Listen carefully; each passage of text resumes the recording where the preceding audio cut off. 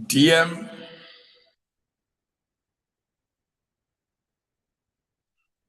DM. Present. How are you? I'm So good, thanks. How are you, Honorable Principal? All things bright and beautiful. So you are leading from the front. The Lord God made them all. The hailstorm, in mid-range. All creatures great and small. All creatures great and small. Otherwise, are you okay? I'm okay.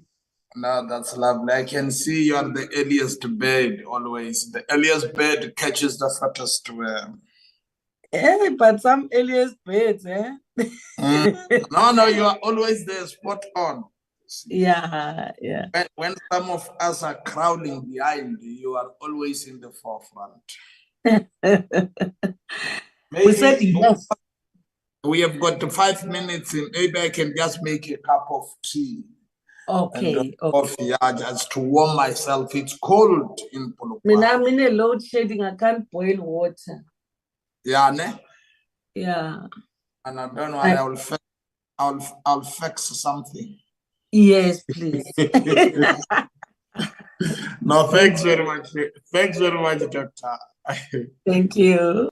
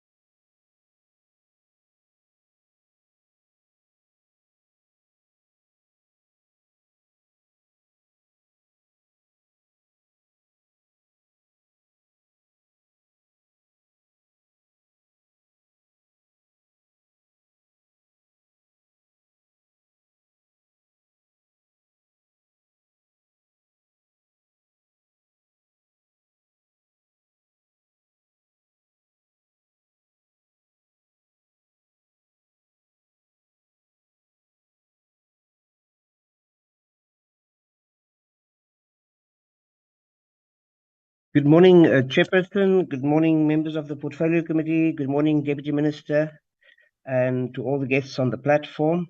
Chairperson, I will hand over to you. Thank you very much. I do have a quorum currently.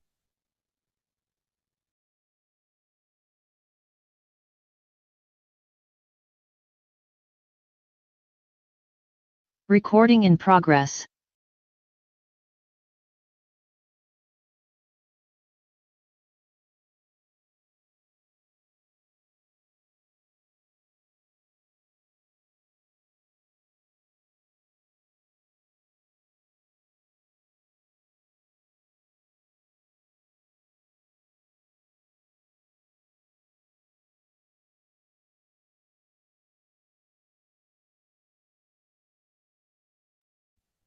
Good morning, Chairperson. I'm not sure if you can hear me. Anybody on the platform? Honorable Muratsetla, can you hear me? He's making tea. I can hear you, Llewellyn. Oh, thank you very much. I'm just trying to get Chairperson on the platform. I think we do have a quorum. I'll just wait for her to join. Thank you.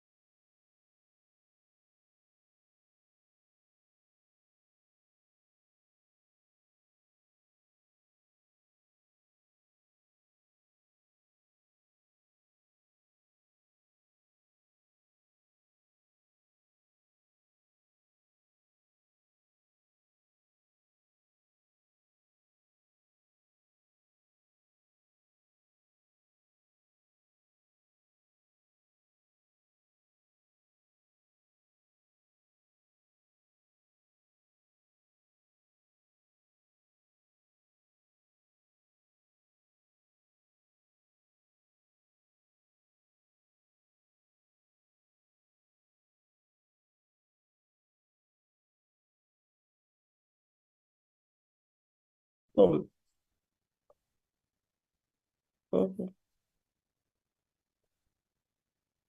Hello. Thank you, Chairperson. I will hand over to you. We do have a quorum. Morning. I don't know what happened now. Because I'm in the meeting, I can't hear a thing. So are you done with the roll call, Llewellyn? Chairperson, let me do that. I have yourself, Honorable Binko Gigaba. I have Honorable Morowane, Honorable Aduans, Honorable Morwatsetla. I have Honorable Van Zyl, Honorable Matlingozi, Honorable Ngobo, Honorable Dr. Boshoff. I have an apology for Honorable Mashabela. Chair, from the department, the minister is still out of the country, so she won't be able to join us this morning. And then from the Commission of Gender Equality, I know that the chairperson for the commission, Advocate Sipanya Mohale, will be joining us just a few minutes later. She's currently in an interview, but they will join us. She will join us later. Thank you, Chairperson. Thank you very much. I know that Honorable Yabo is writing examinations. And I think Honorable Itzia will have to leave also at some point for also his paper. But let me greet everybody. Let me greet you, DM, and the acting DG and everybody from the Department of Basic Education. Let me also greet the chairperson of the Gender Equality and everybody that is coming from that organization. Let me greet our supporting staff from Parliament this morning and everybody that is in the meeting. And we are welcoming everybody on this all important portfolio committee. Can you flight the agenda for us, Llewellyn?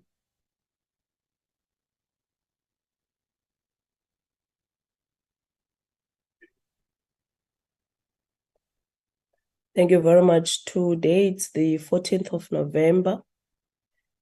On our agenda, we are considering the report of Chapter 9 institution, the Commission for Gender Equality, which is the learner pregnancy, policy interplay, school dropout of adolescent girl during pregnancy, and in the postpartum period in selected South Africa 2023, which is referred on the 19th of June 2023. It was ATC, it is ATC number 86, 2023, which is dated Monday, the 19th of June 2023. And then if we still have time, we will have to adopt the BRRR report and also the minutes of the 31st October and the 7th of November.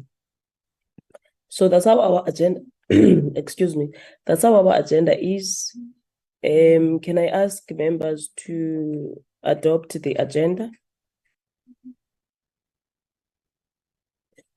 Chair. Honorable Itzia. Good morning to yourself, all honorable members on the platform, DM, the department team. My name still remains Tebogo Itzia. I move for the adoption of the agenda. Thank you very much. Thank you very much, Honorable Itzia. Any seconder? Honorable Adwans. Good morning, Chair. Good morning to honorable members. Good morning, DM. Good morning to Team DBE. And good morning to team from Gender Equality Commission. I move to second the agenda, Chairperson, as it is. Thank you. Thank you very much, honorable members. DM, let me hand over to you to give the political overview.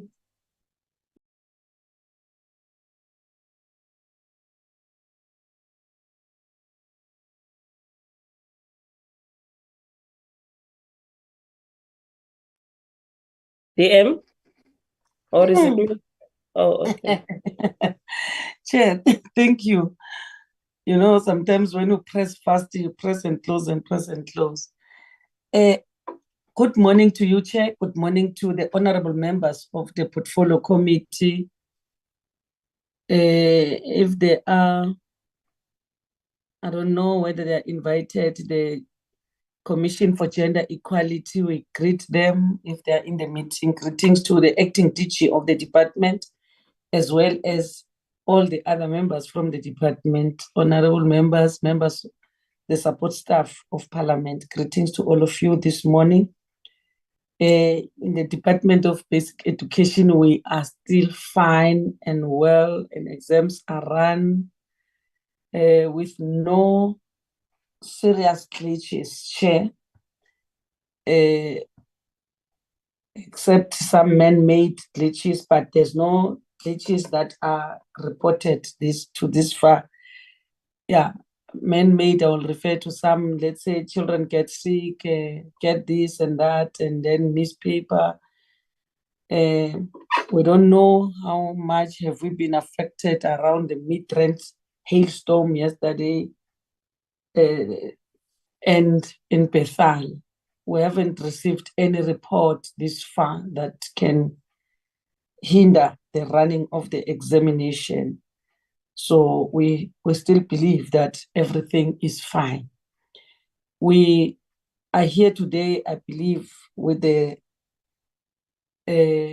report of the Commission for Gender Equality, which as the department, of course, we did receive the report and its recommendations. And the matter here is a matter of pregnancy, which we all believe that it contributes, learner pregnancy contributes to learners leaving school. Yes, it does affect our girl child. Sometimes is not the school, is the child, him or herself, who will say, ish, now my shape, when they have a nice figure, but now my stomach is protruding, I can't face my peers, then they decide to stay home and not come to school.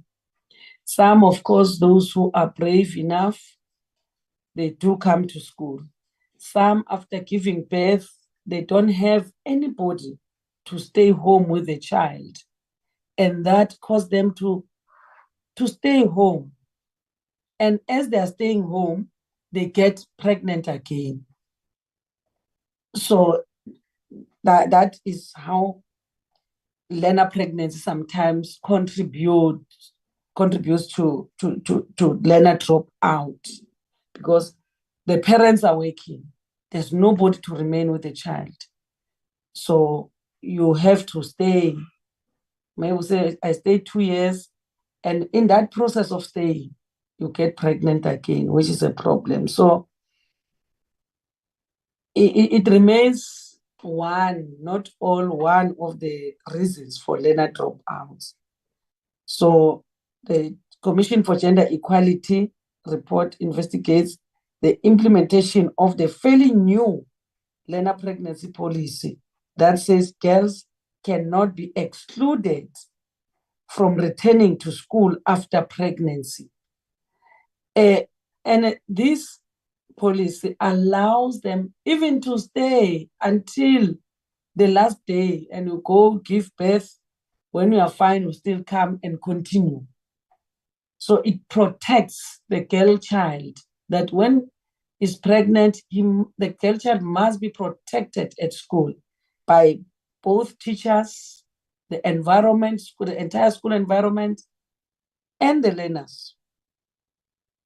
So almost 2/3 of the girls, they do return back to school.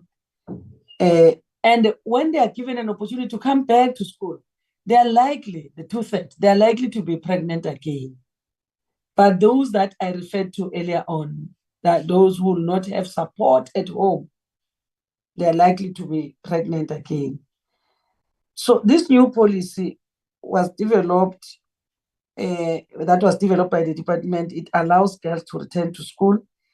The sooner they come back, the more likely they are to complete their matric and move to higher education institutions.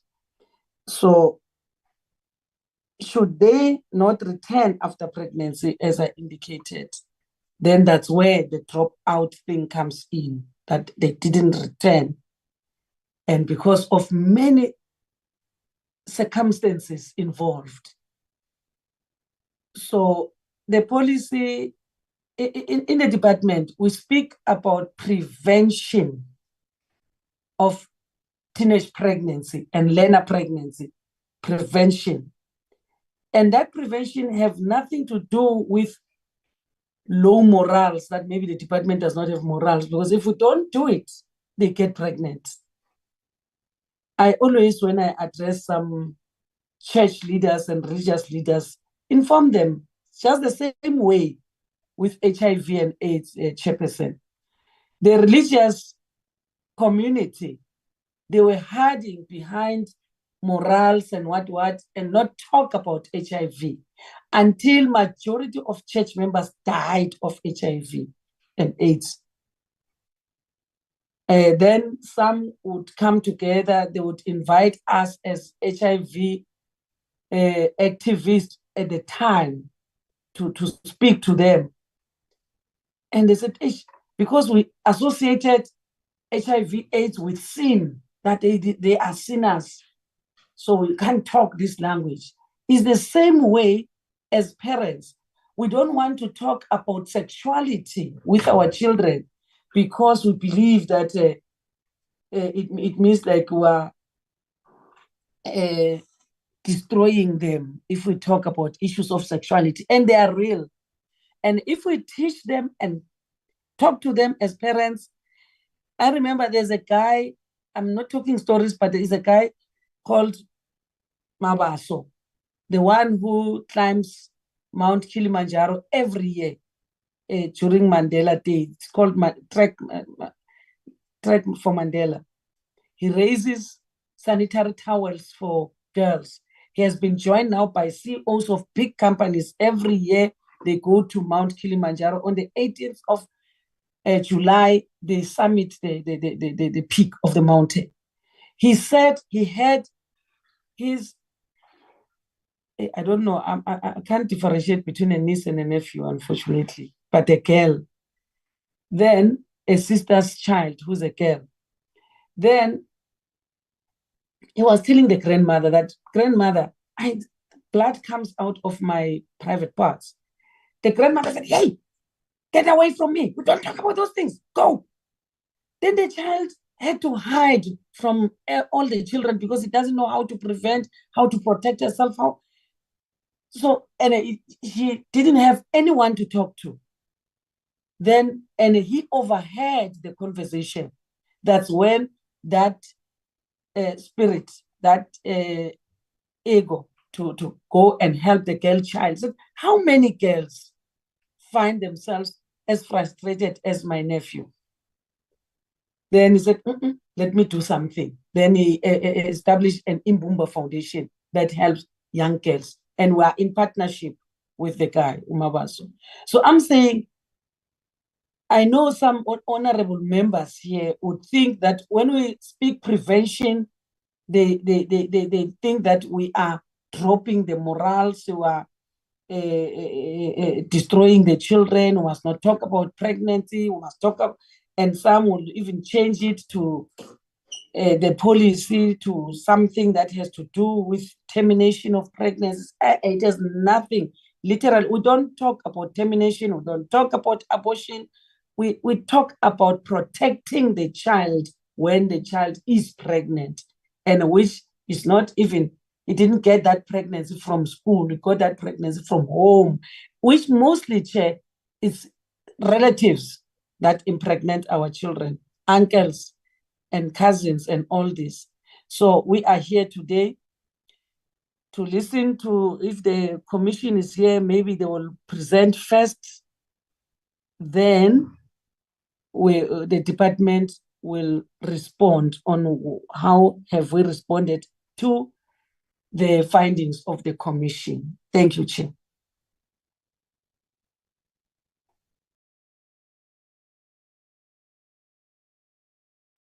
Thank you very much, DM. Thank you very much for that overview, which was so passionately given to the committee. Can I check from the commission who is going to make a presentation? Good morning, Chairperson and honorable members. My name is Dennis Matotoka. I'm the acting CEO of the Commission for Gender Equality. I will be giving the presentation together with the head of research, Dr. Twalo. But I'm not alone, Chairperson. I am with my commissioners here. I know that the Chairperson had requested indulgence to join us a little bit late, but I've noted that she has joined. The Chairperson of the Commission is here. And perhaps maybe I can then just hand over to her because I thought she had not joined, Chairperson. Thank you. Oh, that's what I thought too. Her apology was mentioned. Chairperson, morning, and can I hand over to you to lead the commission? Okay. Good morning, Chairperson and honorable members. Thank you for having us. We appreciate the opportunity. I'm here, as Dr. Matotoka has said, with my team made up of both commissioners and the secretariat. It is the secretariat who will be presenting, mainly the two members, the acting CEO, Dr. Dennis Matotoka, and then the head of research, under which, whose unit this research was undertaken, is Dr. Tembigosi Twalo. I am also with several commissioners. Let me just double check. In the meantime, as I double check the commissioners, I want to tender two apologies. Commissioner Ntuli Batla could not join. She has been hospitalized from the 10th up to the 20th, so she is tendering her formal apology on this matter. And then we have Commissioner Lee van der Merwe, who has joined us now, but will be leaving anytime after 10 o'clock, just for a few minutes, to go into another CGE meeting that she had arranged prior to this. In addition to Commissioner Lee van der Merwe, who is in the meeting, we have got Commissioner Prabhashini Subraya Naidu, who is part of the delegation for today. I think that is all from our side, Chair. Or we've also got Commissioner O'Hara Ngomadiseko, sorry about that, Ngomadiseko, who is part of our delegation. So there's 4 of us: Van der Merwe, Ngomadiseko, Prabhashini, Naidu, and myself. And then we have the apology from the 2 commissioners. One is going to leave early and the other one could not make it. Other commissioners could not join us today, once again, due to prior work-related engagements. Thank you, Chair.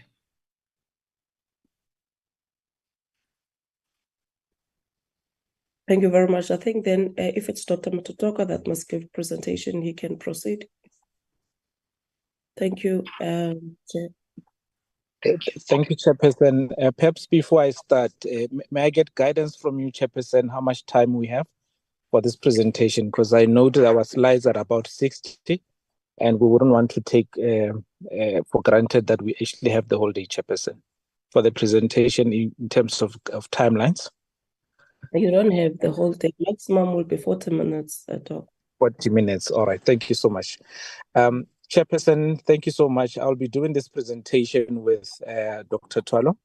What I'll just mention firstly, as we know, Chairperson, that we are a Chapter 9 institution, and we have a mandate that is provided for in terms of Section 187 of the Constitution. And the mandate is to promote respect for, protect and develop gender equality. And this CGE makes recommendations on legislation that has a bearing on gender issues. And we have the power to monitor, investigate, research, educate, lobby, advise, and report on issues concerning gender equality. Apologies. Are you speaking on the slides or? Yes, Chair, I'm just giving an overview. Then Dr. Twalo will then project do the actual presentation, Chairperson. No, thank you. Thank you then. All right. All right. So as a CGE Chairperson, one of our functions is to then conduct research on issues that have a bearing on gender equality. Now, the study that we have just concluded now, that is on teenage pregnancy, is one of those that we finalized in the previous financial year, which we now tabled in March this year as well. Now, this is a result of us noticing that there are challenges that are faced basically by adolescent girls in South Africa, particularly those that are pregnant. And central to that, Chairperson, lies the right to basic education, dignity, and equality in as far as adolescent children are concerned or girls are concerned. Now, we conducted this study based on a number of legislative frameworks, Chairperson. Internationally, we have looked at CEDAW, for example, that guarantees the right to basic education. And we look at the Beijing Platform for Action and the Maputo Protocol, amongst others. And in South Africa, we looked at a number of legislation as well. One of the key ones being the Constitution of the Republic of South Africa, the PEPUDA, the Promotion of Equality, Prevention and Unfair Discrimination Act, and the Schools Act. And when we conducted the study, Chairperson, the main aim was to investigate the reasons for school dropout by adolescent girls, specifically during pregnancy and in the postpartum period. The study that we are going to present, Chairperson, it explored the social, cultural, legislative, and economic factors that pose as barriers to school attendance by adolescent girls during pregnancy and after delivery. And its objectives were to investigate factors that prohibit adolescent girls from returning to school during pregnancy and the postpartum period, and to further examine the effectiveness of the current institutional, legislative, and other efforts to protect and promote the right to education and non-discrimination of pregnant learners and adolescent mothers. I will then hand over, Chairperson, to Dr. Twalo, who would now take us from the research reports, rather the research methodologies that we have used within the study, and leading us all the way to the findings and recommendations from our side.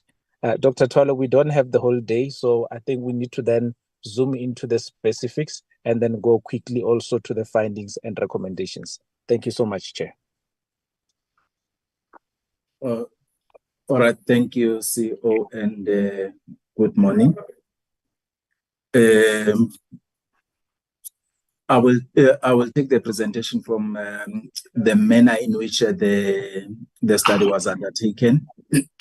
We used a qualitative approach in undertaking the study, which was looking more into people's experiences and perceptions, with the aim of trying to delve deeper into the issue, trying to understand how these issues are experienced by the research participants. And the study was done in 3 provinces. We sampled the provinces with the highest rates of teenage pregnancies, and those are KwaZulu-Natal, Limpopo, and the Eastern Cape. These were chosen specifically because of the high numbers of teenage pregnancy in these particular provinces, with the KZN at that time leading by 18,550 births, Limpopo 13,000, and Eastern Cape 12,000. Yes, there has been some shifts in this current financial year in terms of the leading province, but when the study was undertaken, KZN was the leading province in this regard.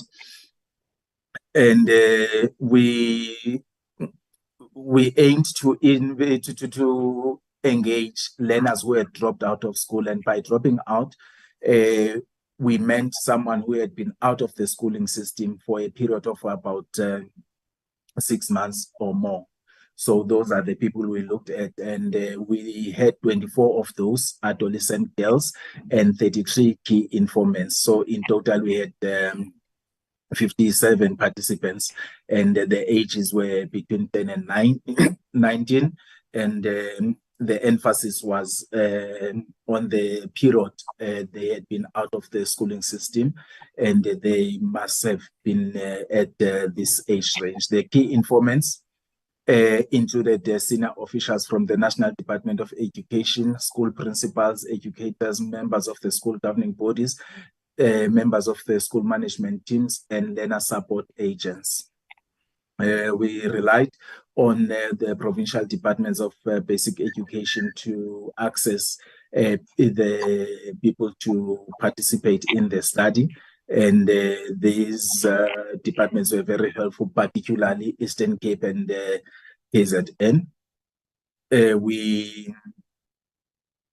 We adhered to ethics in when we undertook the study, and that included the issue of informed consent, voluntary participation, confidentiality, anonymity, and our undertaking to do no harm. Moving to the findings, the manner in which the findings are presented, they are presented per province, although there are several similarities amongst the 3 provinces. So I will just quickly run through the findings and point out the areas where there were similarities. In KZN, we interviewed key informants and adolescent girls who had dropped out of school, and these were in the Pietermaritzburg and Newcastle areas. And I think it's also important to note that these were in quintiles 1 and 2, which are not so well economically and that is going to come up in terms of the research findings, the impact thereof.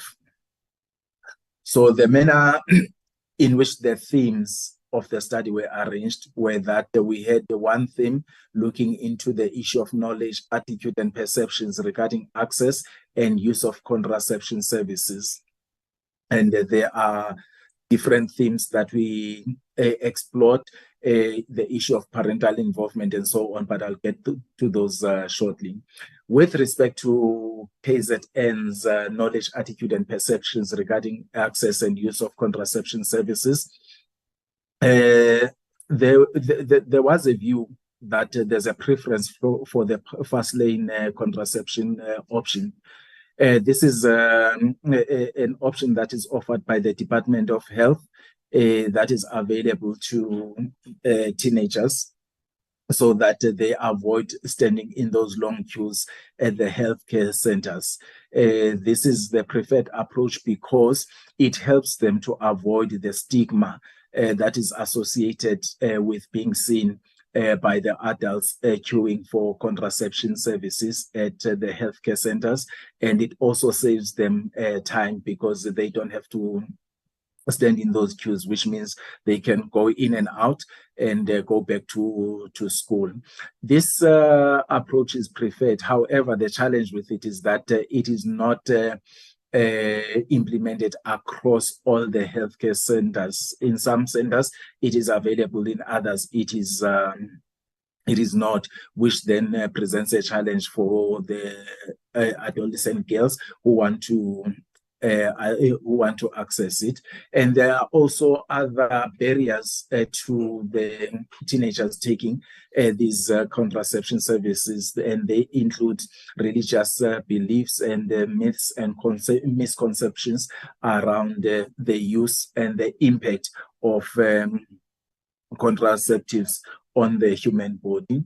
The issue of parental involvement was a significant one that was mentioned in KZN because for economic reasons, in some cases, the parents were not involved in the upbringing of their children.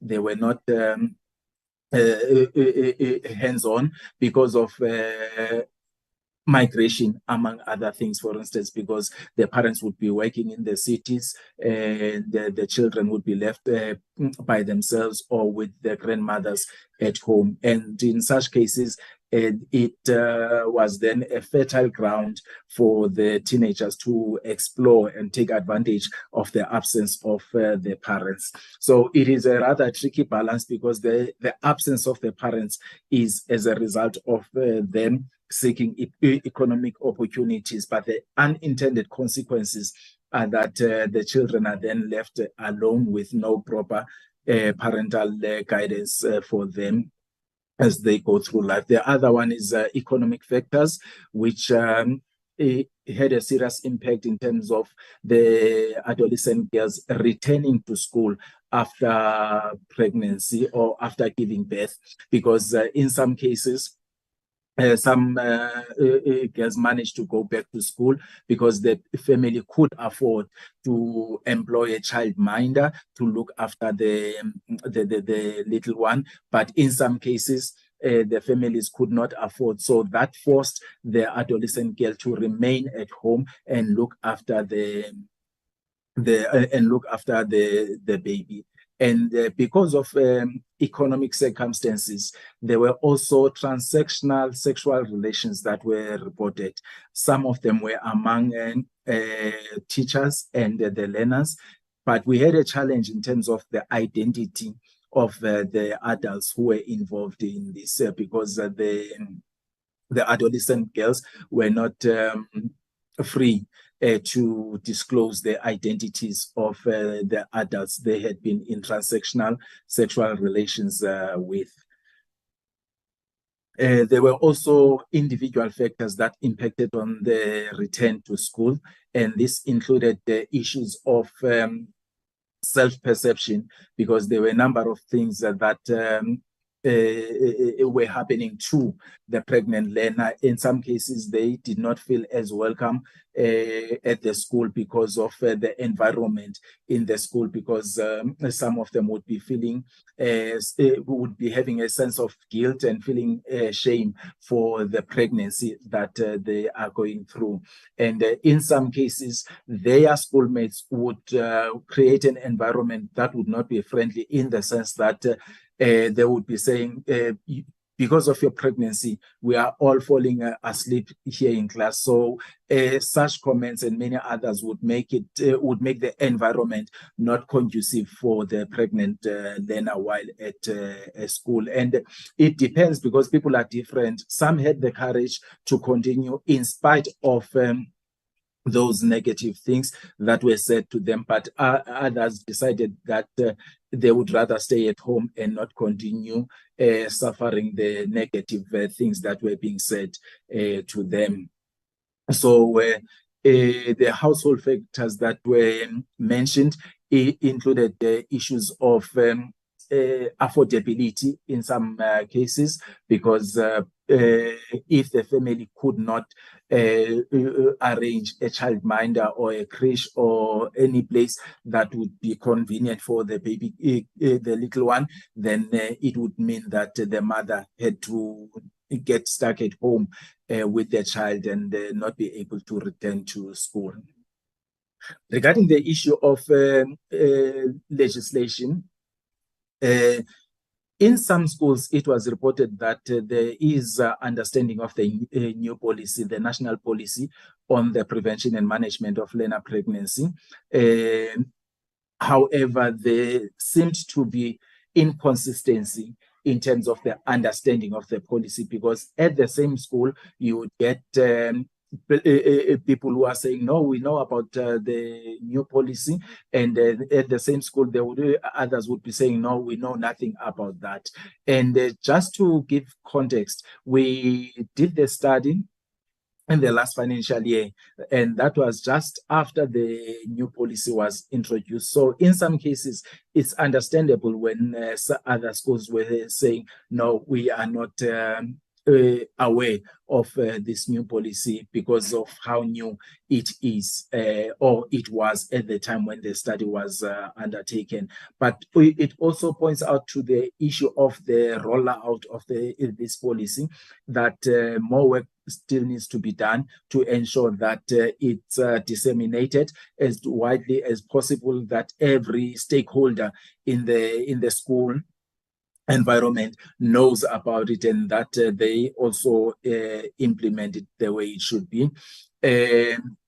Regarding training and capacity building, there were several issues that were brought to our attention. One was the issue of the handling of pregnant girls, because some teachers were complaining that their training was for them to be teachers. They were not trained to be social workers, drivers of the pregnant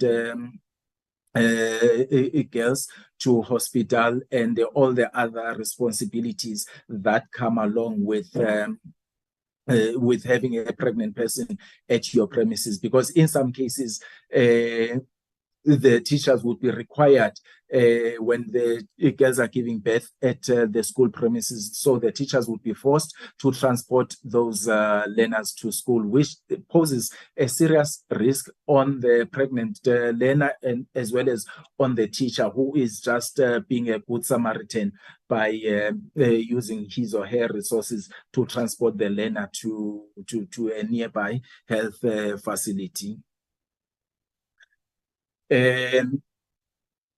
The policy also, in terms of its implementation, like I mentioned, that didn't seem to be consistency or standardization in terms of how well it is understood at the school.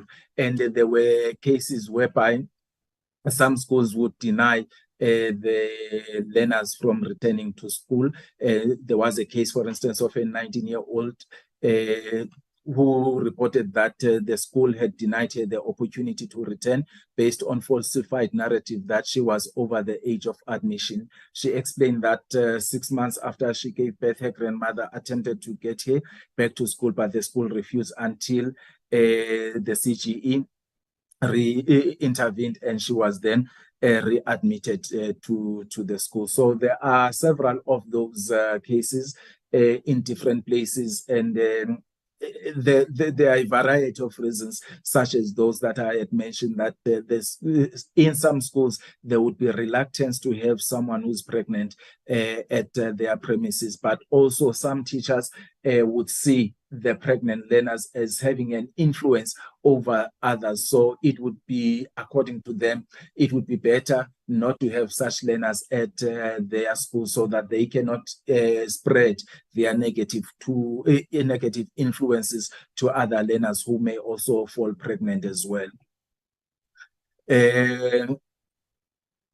There were also challenges in relation to the implementation of the policy, with the previous policy still being implemented. The previous policy, its core was the interest of the young child, the baby who had just been born, because it prevented the adolescent mothers from returning to school if they had not completed a 2-year period, so that they can look after the interest of the little one. However, that was then overturned with the new policy, which placed at its center the interest of the adolescent mother. These are serious challenges that the schooling system is faced with, in the sense that it's trying to balance these interests, the interest of the infant versus the interest of the adolescent mother.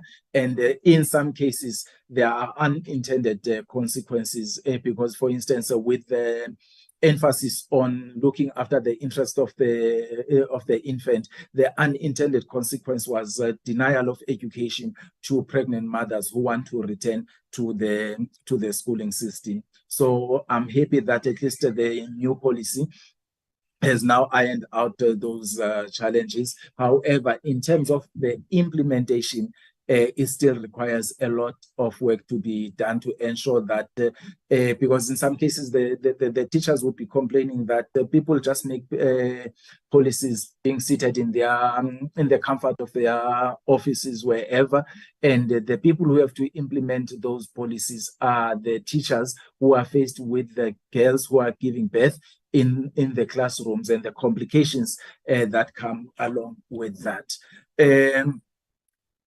Coming to the next province, which is the Eastern Cape, again, the themes are related in some cases.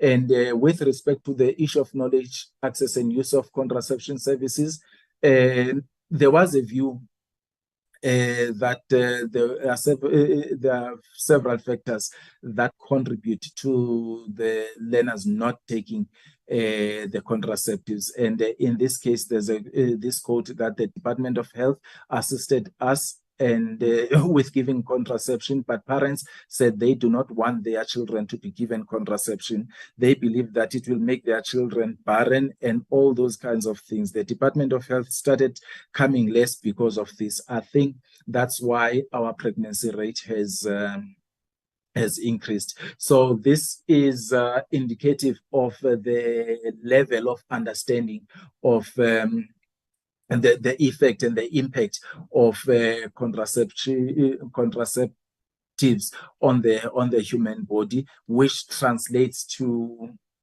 the weak uptake by some learners. But it also it underscores the fact that there has to be a strong collaboration in terms of the implementation of programs like this, strong collaboration between the Department of Education and the Department of Health, so that we can all be speaking with one voice in terms of conveying the messages to the intended recipients. Again, with respect to the same issue about the knowledge access and contraception services, the low uptake is related to the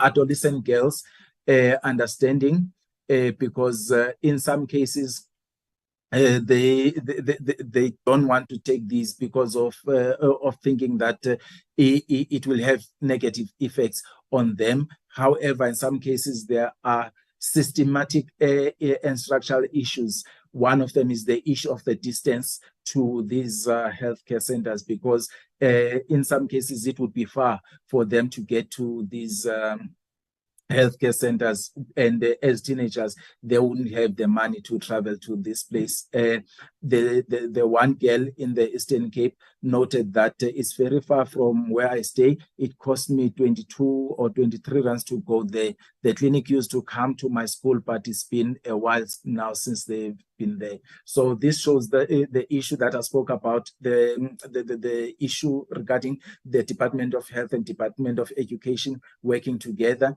but also other structural and systemic issues regarding the proximity of these facilities. Again, the issue of parental involvement was noted as a key issue that is affecting or contributing towards the increased rate of pregnancy.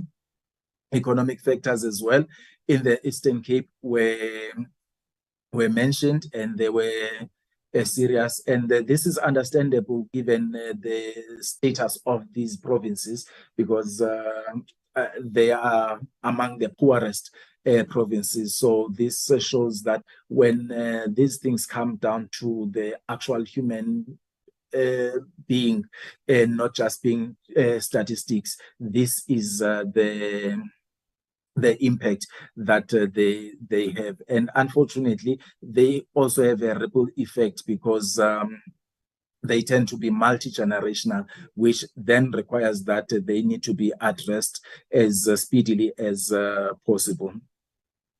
There were also cultural norms reported in the Eastern Cape, particularly with regard to circumcision. Apparently, some of the initiates post the initiation period, they like to test their penises on the girls, and this in some cases translates to the girls falling pregnant, thereby increasing the pregnancy rate in this particular province.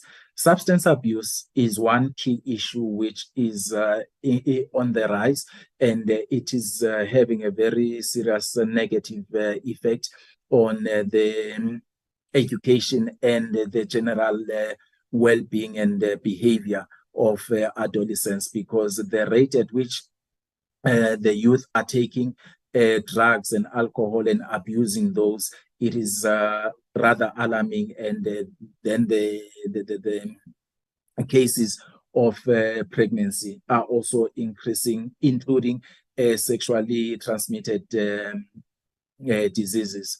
And in some cases, because of the behavior of some of the learners, there are also reports of them having sexual intercourses at the school premises, in the classrooms or in the toilets, wherever they find space to do such. And the issue of the age, again, the asymmetrical power relations between the adolescents and the adults with whom they are engaging in sexual relations was also reported as a key issue in the Eastern Cape, and that had to do with the economies in those particular communities, and the learners are then falling victim to this.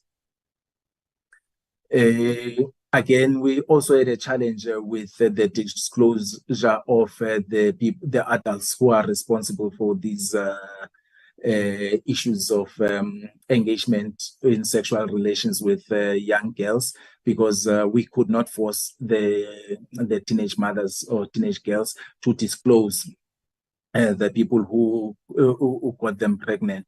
However, this is an issue that I think still needs to be followed up on, and proper action be undertaken.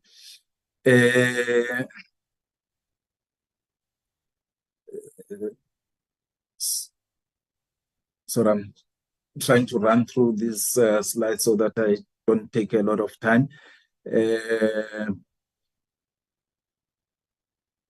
All right. The issue of training again in the Eastern Cape was reported. Again, the teachers were feeling undercapacitated for dealing with all the challenges that come along with teenage pregnancies.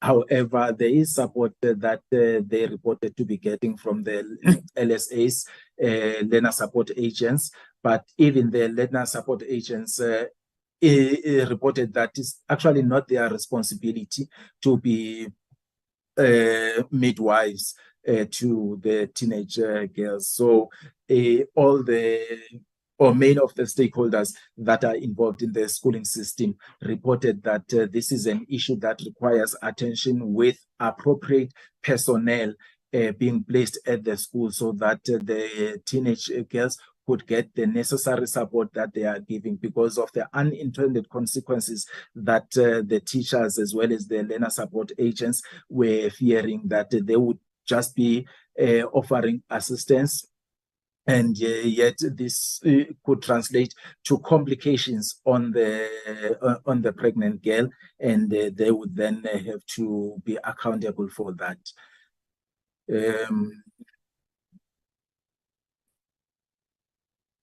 All right, coming to the last province, which is Limpopo. Limpopo, we had some challenges in terms of getting access to the teenage girls.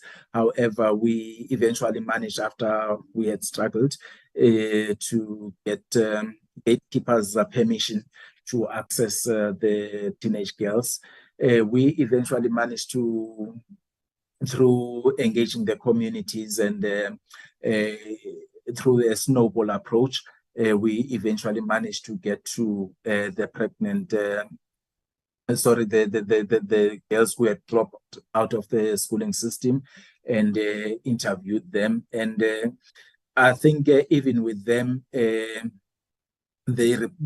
many cases, they reported similar issues to the ones reported in KZN and the Eastern Cape, with the issue of stigma, for instance, being one of them, about their access to contraception services, that they fear the stigma that comes along with being known to be taking contraception services. However, in other provinces, Limpopo and Eastern Cape, the issue of beliefs did not seem to be as pronounced as it was in KZN, because it seemed to be very strong in KZN, the issue of beliefs or misconceptions around these issues of contraceptions, and also the effect of religious beliefs on whether one should take contraceptives or not.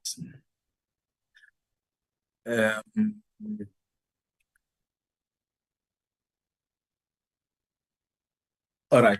So what I'll do now is to look at the three provinces, the overview of all three, Limpopo, KZN, and the Eastern Cape, looking at the common factors between them and also the differences thereof.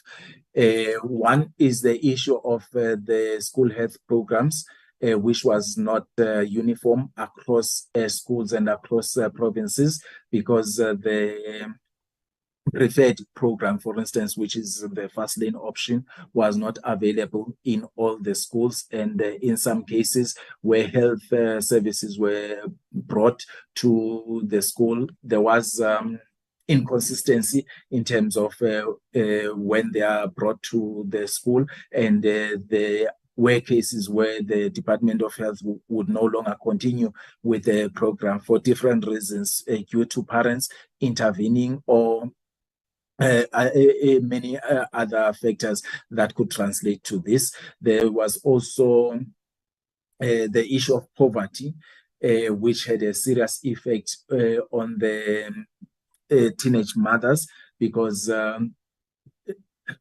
excuse me, because of the socio-economic factors.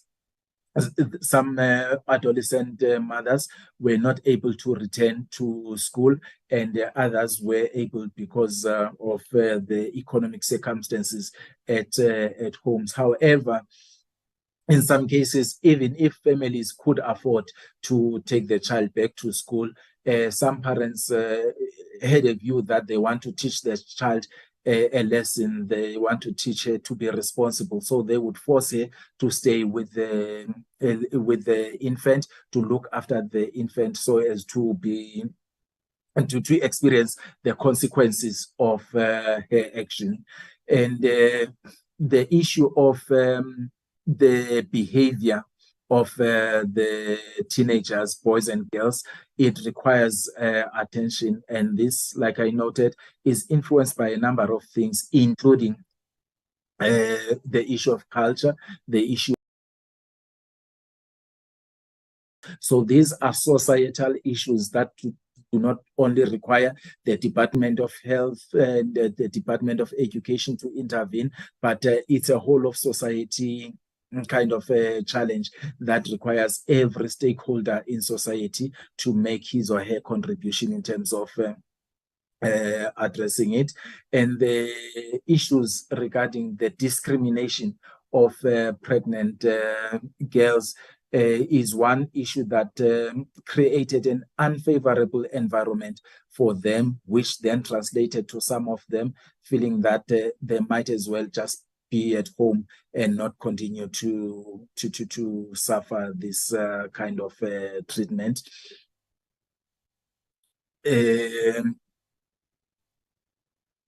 The issue of these asymmetrical power relations between the teachers and the learners, which translates to some teachers engaging in sexual relationships with the learners, is a key issue that requires attention. It is not just male educators, but other males in society. There were taxi drivers, for instance, that were mentioned as being engaging in this practice, and there were also other adult members of society who were mentioned, and these kinds of relationships in many cases were as a result of unequal power relations, but also due to economic factors, because the adults, because some of them were working, so they could provide for the adolescent girls and buy them a number of things, and that enabled these kinds of relationships to continue. But it's an issue that I think requires the whole of society in terms of dealing with and ensuring that it is brought to an end. The training and capacity building of the stakeholders also requires attention, and also understanding the complications that come along with pregnancy, and having the schools being ready for such is an issue that also requires attention. So in light of these findings, we as CGE therefore conclude that the issues of inadequate and distorted knowledge, as well as poor and inconsistent uptake of contraceptives among adolescents, needs to be looked into, so that there could be an increase in the uptake of contraception services. We also conclude that alongside various other forms of support, parental involvement and support are key in the prevention of adolescent pregnancy, as well as the reintegration of pregnant girls and young mothers back to school. We also conclude that practices employed in the management of learner pregnancies across the school in the provinces remained incoherent and staggered despite government's introduction of the national policy on the prevention and management of learner pregnancy. Efforts to provide training, capacity building, and policy awareness by the DPE were fragmented, which resulted in inconsistencies in the application of the policy across provinces. And our recommendations, therefore, are that the study revealed numerous intersectional factors that range from limited parental involvement in the provision of comprehensive sexual and reproductive health education, fragmented sex education provided by schools in the various provinces, poor access to contraception services, intergenerational sexual relations, substance abuse, religious and cultural beliefs. All these have an impact and require that there should be appropriate strategies and programs formulated to deal with them.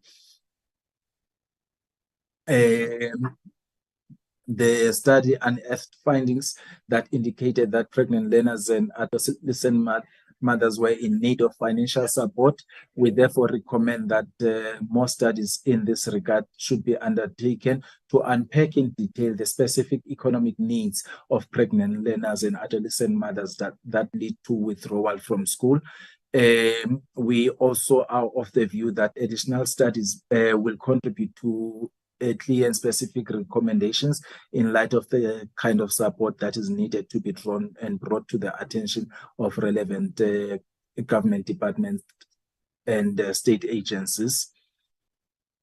The stigma that learners face in the school environment is another issue that requires attention, because this is emanating from learners but also from educators as well. The negative remarks and attitude displayed induced low self-esteem and inferiority complexes, leading to school dropout by some teenage girls.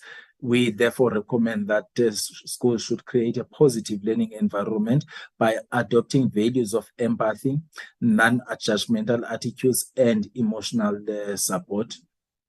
And despite the country establishing an enabling policy environment to retain pregnant learners and adolescent mothers in school, policy prescripts were not fully known, understood, or applied seamlessly across the 3 provinces wherein the study was undertaken.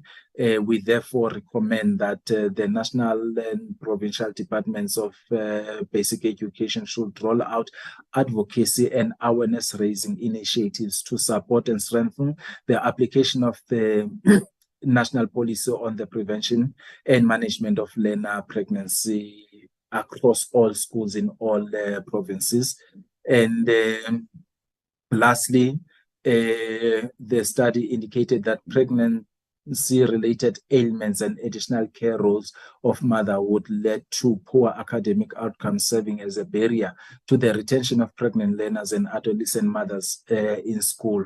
We therefore recommend that the application of the national policy on the prevention and management of learner pregnancy be accompanied by programs that create academic support for pregnant learners and adolescent mothers in the form of catch-up initiatives and remedial education. And this DPE could perhaps take with the support of civil society organizations.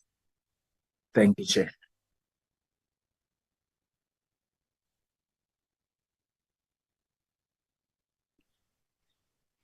No, thank you very much. Thank you very much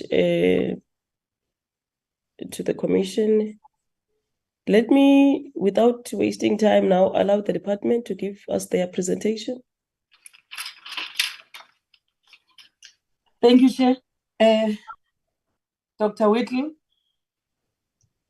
Thank you very much. Good morning, Deputy Minister, Chairperson, members of the committee, commissioners of the CGE, and all other colleagues who have joined us. Deputy Minister, I'm going to invite Ms. Nokama to take us through the presentation. Ms. Nokama. Thank you so much, DDG.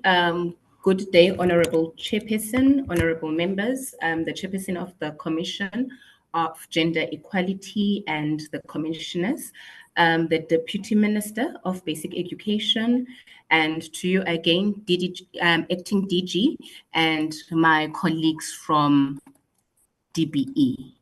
I will be presenting a report from the department in response to the presentation that just have been shared with us by the Commission of Gender Equality.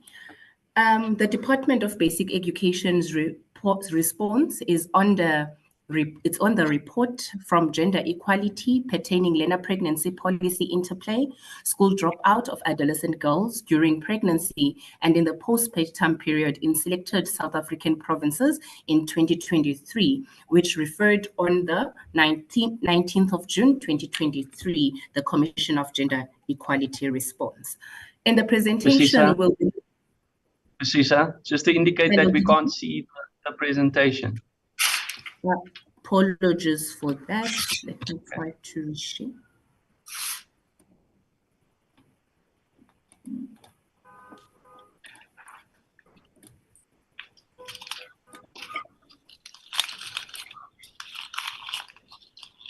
DGD, can you kindly confirm if you can see the presentation? Yes, we can see it now. Yes, it's visible. Thank you so much. And Honorable Chair and Honorable Members, I truly apologize for that. The presentation again is about our response to the Commission for the Gender Equality Report. In the presentation, we'll be focusing on the purpose, background on engagements between DBE and the Commission of Gender Equality. Fortunately, we had an opportunity to interact with the Commission. And the key factors that were articulated in the report, which were recently, even in this meeting, presented so well. The intersecting vulnerabilities that impact on our education outcomes and the factors associated with teenage pregnancy as studied by the Department of Social Development in 2014. The DBE policy and legislative frameworks in response to the intersecting vulnerabilities. The DBE policy on the prevention and management of learner pregnancy in schools, programs supporting the implementation of this policy, policy dissemination, and the policy's implementation guide, and our response, or rather comments to the Commission of Gender Equality recommendations.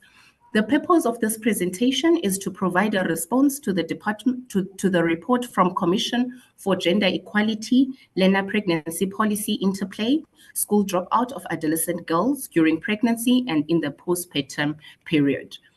So, Honorable Chair, I have touched on the fact that we had engagement with the Commission of Gender Equality where this report was tabled. Firstly, it was a high-level stakeholder engagement that was led by the Commission for Gender Equality in Gauteng on the 20th of September, and Teenage Pregnancy National Plan of Action that was led by the Department of Women, Youth and People with Disabilities, which took place on the 17th of October. And we also had an opportunity to have a bilateral with the Commission of Gender Equality on the Learner Pregnancy Interplay Report on the 30th of October. We wanted to have a comprehensive understanding of the aim of the study and the context in which the study was conducted. And the presenter from the Commission of Gender Equality and also the Deputy Minister alluded to the fact that the policy is relevantly new. And we also wanted to look at the potential limitations of the research. The key factors that were articulated in the report includes the intersectional factors contributing to learner pregnancy, access to sexual reproductive health services, the impact of beliefs and social context regarding the sexual reproductive health services uptake, parental involvement and support in the sexual reproductive health education, the school-level implementation of the DBE policy on the prevention and management of learner pregnancy in schools, which the report focuses on capacity building, training, and policy awareness, the stigma that is faced by our learners in the school environment, and barriers to retention of pregnant learners, specifically poor education outcomes. In order to respond to that, honorable members, DBE acknowledges the intersecting factors impacting on education outcomes as they were presented. We acknowledge that they contribute to the low enrollment that we are experiencing as a department, the high dropout rate, and low performance. But Chair, these intersecting vulnerabilities cannot actually be viewed in isolation, because one learner can experience multiple vulnerabilities that require multiple interventions from multiple stakeholders. We had an opportunity to look at the studies that was conducted by the Department of Social Development, which also touch on the factors associated with teenage pregnancy in South Africa. And this study was also conducted in Eastern Cape, Gauteng, KwaZulu-Natal, Limpopo, and Mpumalanga. And similarly to the study that was conducted by the Commission of Gender Equality, the study found that there's a lack of knowledge in terms of age of consent, in terms of pregnancy, contraception, and legal rights among the learners that were actually pregnant, or rather teenagers. And these young mothers actually engage in multiple and intergenerational relationships for economic benefit, or rather economic relief. And also the household factors also included, as presented by the Commission of Gender Equality, the fact that parents are not talking to their children regarding sexual reproductive health information and or services. And some of our learners, or rather teenagers, engage in those relationships because of low self-esteem. They want to have a sense of belonging and are seeking love. The department, to respond to these intersecting vulnerabilities, ensure that we lead a policy and legal conducive environment. And in prevention and management of learner pregnancy, we need to also consider the other policies that are mirroring this policy on the prevention and management of learner pregnancy in schools. Therefore, the policy on the learner pregnancy prevention and management cannot be viewed in isolation. The department has a policy on HIV, TB, and STI, which aims to improve the coordination and mainstreaming of basic education sector's response to HIV, STI, TB, and unintended pregnancy. This is done to accelerate the implementation of a comprehensive strategy for prevention, treatment, care, and support. And we also have our 2012 policy that is currently being reviewed, the Integrated School Health Policy, which contributes to the improvement of the general health of our learners. And to implement this policy effectively, we are actually working with the Department of Social Development, Department of Health, and in order to implement the policy, we provided a standard operating procedure for the provision of sexual and reproductive health rights and social services in secondary school. This SOP, or standard operation procedure, gives guidance to our partners, donors, and the department at large, in terms of all the levels of the department, the schools, in terms of how our partners and how the health services and the Department of Social Development should access our schools. Furthermore, which services can be provided in the schooling environment and which services should be absolute referral. And Madam Chair, we also have a policy on screening, identification, assessment, and support, which actually aims to ensure a standardized procedure to identify, assess, provide programs for all learners who require additional support to enhance their participation and inclusion in the schooling. So we have multiple policies, Madam Chair, but in all of those policies, for services to be rendered to our learners, we need parent consent. So parental involvement is very key. Hence, as a department, we have guidelines for schools to involve parents in the integrated school health program. And we also have the protocol for the management and reporting of sexual abuse and harassment. And this protocol gives a clear procedure or detailed procedure on addressing any allegations that has to do with sexual misconduct and or any sexual abuse. And the response to these incidents should be the same whether the incident has occurred in the schooling environment or outside the schooling environment. And in terms of those protocols, learners may disclose allegations of sexual abuse and or harassment that they have actually experienced in any time, meaning even if it occurred in the past, This actually can still be reported because time elapsed between the incident and the disclosure is irrelevant. And we have the care and support for teaching and learning framework, which is actually functioning as a coordinating structure for all services to come to the learner within our schools, because many barriers that is faced by our learners actually falls outside the mandate of education. Therefore, addressing them requires the active participation of parents, of our communities, the traditional leaders. The speaker spoke about how the traditional practices or the beliefs about what happens after initiation is actually a contributing factor to the learner pregnancy. Hence, it is critical for us to ensure that we are working with the traditional leaders. We work with sister departments, the CBOs, NGOs, and we have donors in the system that is actually supporting us. The policy on the prevention and management of learner pregnancy in school was gazetted in December 2021.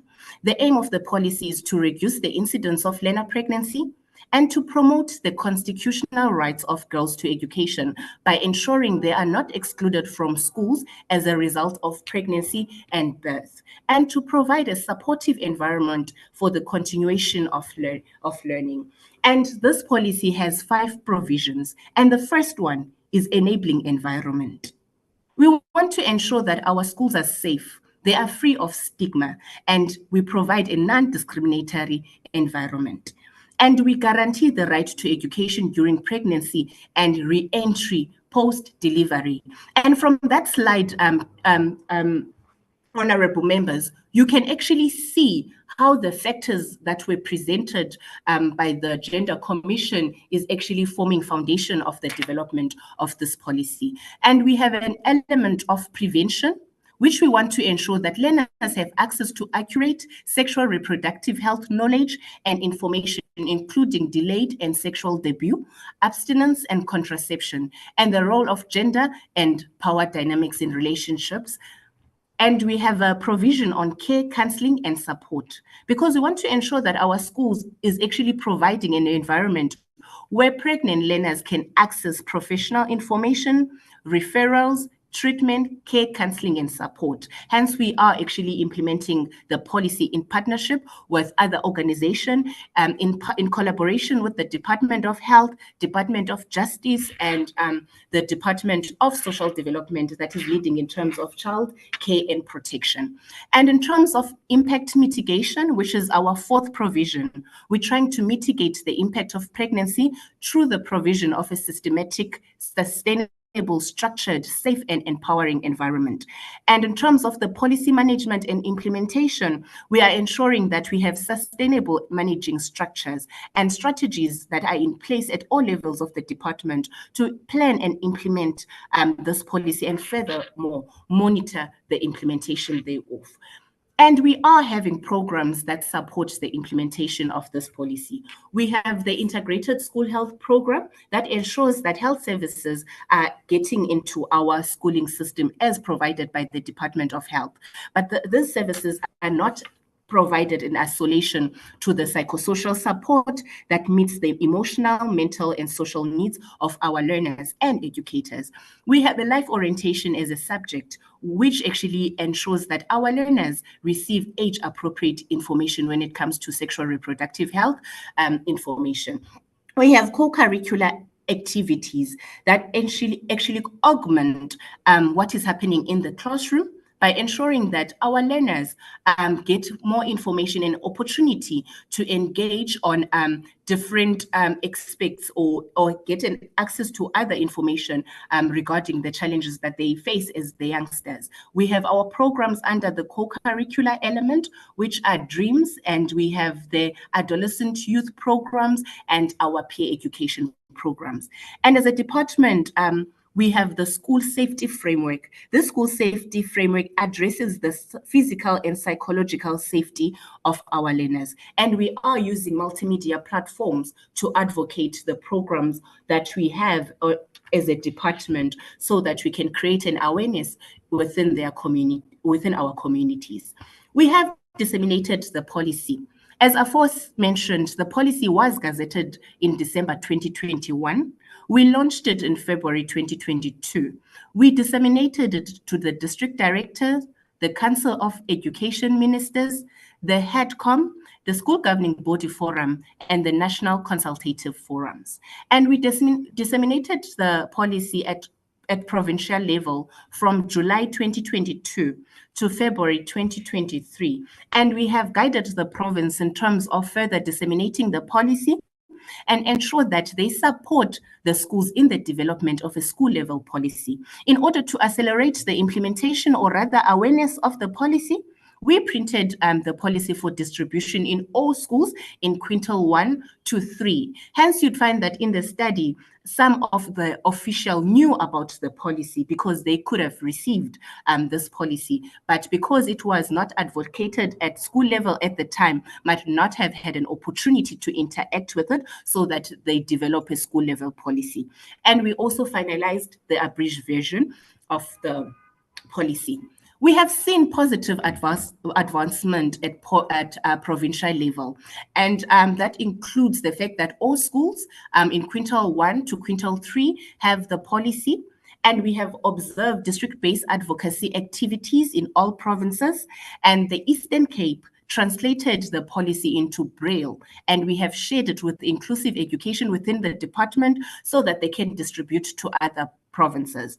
And the Department of Basic Education at Gauteng conducted a symposium for this policy to ensure that even us as a sector can actually recognize our response pertaining to the different directorates that we have, so that in implementation, we can actually respond seamlessly. And we have ongoing parental and learner dialogues so that our parents may have knowledge of the policy. And we are developing a LPPM implementation guide, which is a guide for this DBE policy on the learner pregnancy prevention and management. In developing of the policy, we looked at the local implementation models. And I think the previous speaker spoke about how teachers are talking about the fact that we come as national with policies, but how do we involve our schools? This is something that we sought to address by actually looking at what's happening at local levels. What programs are they? And how many are those programs, so that we can look at them in terms of coverage, so that they can be available in all schools, and which programs are in line with our department, and also how can we sustain the programs that we have institutionalized. And we are working well with a number of researchers, including Oxford University, where we actually working on a study that is called Hey Baby. We are looking at the development of a pregnancy care package. And we came back to us as a department to look at what are the other policies saying in terms of learner pregnancy. And you'd find that we have a learner attendance policy. Already this policy is accommodating our learners that are pregnant to access antenatal care. And to actually, it actually promotes attendance, and after they have delivered, our learners can also have access to postnatal care. But in terms of their attendance, that is managed through the learner attendance policy. So provision is actually made in that policy. And we have exams policy that actually guides us as a sector. What happens when the pregnancy disturbs the writing of examination? In that policy, you would actually find the guidance of how our learners that are pregnant can be reasonable, accommodated, and in failure to write exams, what is the procedure to follow so that they get an opportunity to rewrite their examination. And we have the support the SIAS policy, which stands for Screening, Identification, Assessment, and Support Policy, which promotes the development of an individual support plan. With that policy, we are acknowledging that the needs of the learners are different, and we touch on the intersecting vulnerabilities. So this policy promotes the development of that plan. So in terms of the priority setting, as a department, we are looking into a complementary approach by acknowledging that as a department, we can't really respond alone, but we have to work with other departments. We have to work with the organizations that are within our communities, and we have to work with our donor funders in order to respond effectively, because we need a continuum of care and support. So where we are in the department, we are finalizing the revised a policy implementation guide, and we are printing the abridged version of the policy, and we are working with UCT or Oxford University on the learner pregnancy support package, and we're working with the USAID in ensuring that our learners actually become voices of the interventions that or the support that should be provided to them, and champion the programs that we have as the department. The CGE made a number of recommendations, and the DBE is now having an opportunity to respond to those. The CGE alluded that in terms of the intersecting factors, the CGE recommends that the Department of Basic Education, Health, Social Development, and the South African Police Services spearhead school-based and community programs regarding any intersecting vulnerabilities. So the DBE is responding that we are currently working with the Department of Health and Department of Social Development in implementing the Integrated School Health Program to provide health and social services in school in line with the Integrated School Health Policy that is currently being underviewed. And the DBE is also working with the South African Police Services and the Department of Social Development in the school safety programs. In terms of financial support, the Commission of Gender Equality recommends that more studies be undertaken to unpack in detail the specific economic needs of pregnant learners and adolescent mothers that lead to withdrawal from school. And as aforementioned, honorable members, we are working on a Hey Baby study with Oxford University and UCT. And we have found in this study that receiving family childcare support doubled the chances of our learners to return to school. And using childcare services made enrollment to schools 4 times more likely. Therefore, access to child support grant is critical. And schools must create a positive learning environment by adopting values of sympathy, non-judgmental attitudes, and emotional support, the CGE recommended. And in response to that, it's actually aligning perfectly with our first provision, the enabling environment, because the provision of the first provision addresses issues of stigma, discrimination, in order to create an enabling environment for pregnant learners to remain and return to school post-delivery. And the national and provincial Department of Basic Education, the CGE recommends that we roll out advocacy and awareness raising initiatives. And we are currently doing that as the department at all levels of the department. And furthermore, we are supporting our schools develop a school level policy. And we have printed the policies to all schools from quintal 1 to quintal 3. And lastly, the CGE recommends that the application of the policy must create academic support for pregnant learners and adolescent mothers in form of catch-up initiatives and remedial education. And as a department, we have a program called Second Chances.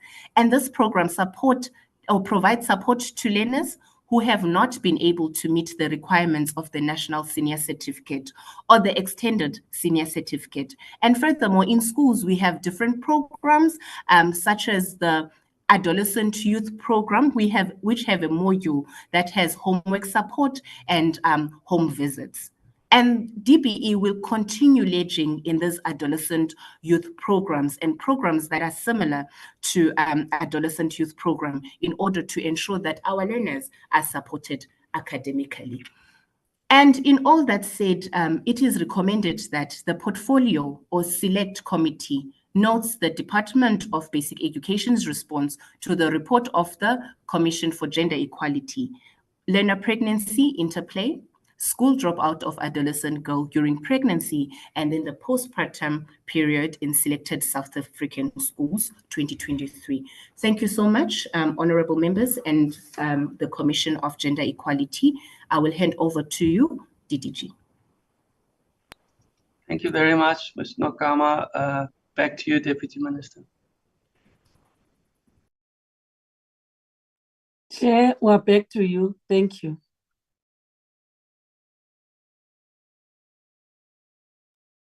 Thank you very much to both CGE and DBE for the comprehensive presentations on this matter. Can I note hands, members? I see the principal's hand. Sokers. In that order, thank you. My chair. Eriki Tome Gaudi Medisa Wena. Yaleka Modula stool and go further to greet the team basic education and the commissioners on gender equality. My fellow members in this all-important portfolio committee on basic education and any other one who might have attended this portfolio committee. You see, let me first and foremost indicate that we welcome and appreciate this endeavor by the duo, both the Commission on Gender Equality and the responses given by the Department of Basic Education. Everything articulated, Chairperson, is going a long way in trying to address this very sensitive matter. Because in itself, it's about the lives and the future of our children.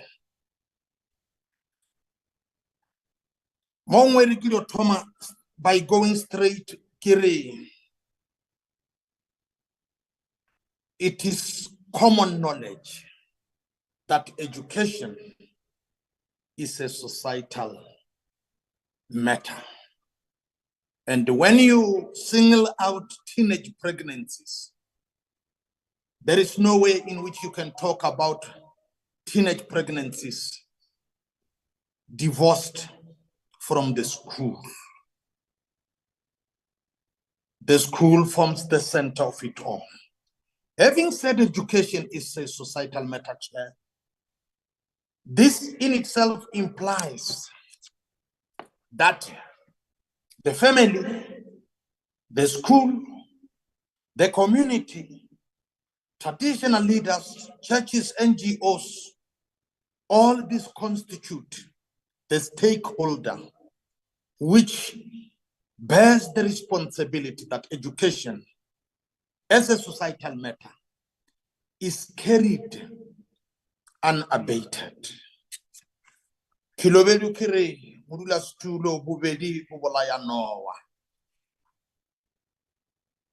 all of the above stakeholders were to join hands, the challenge in particular on learner pregnancies will be a thing of yesterday.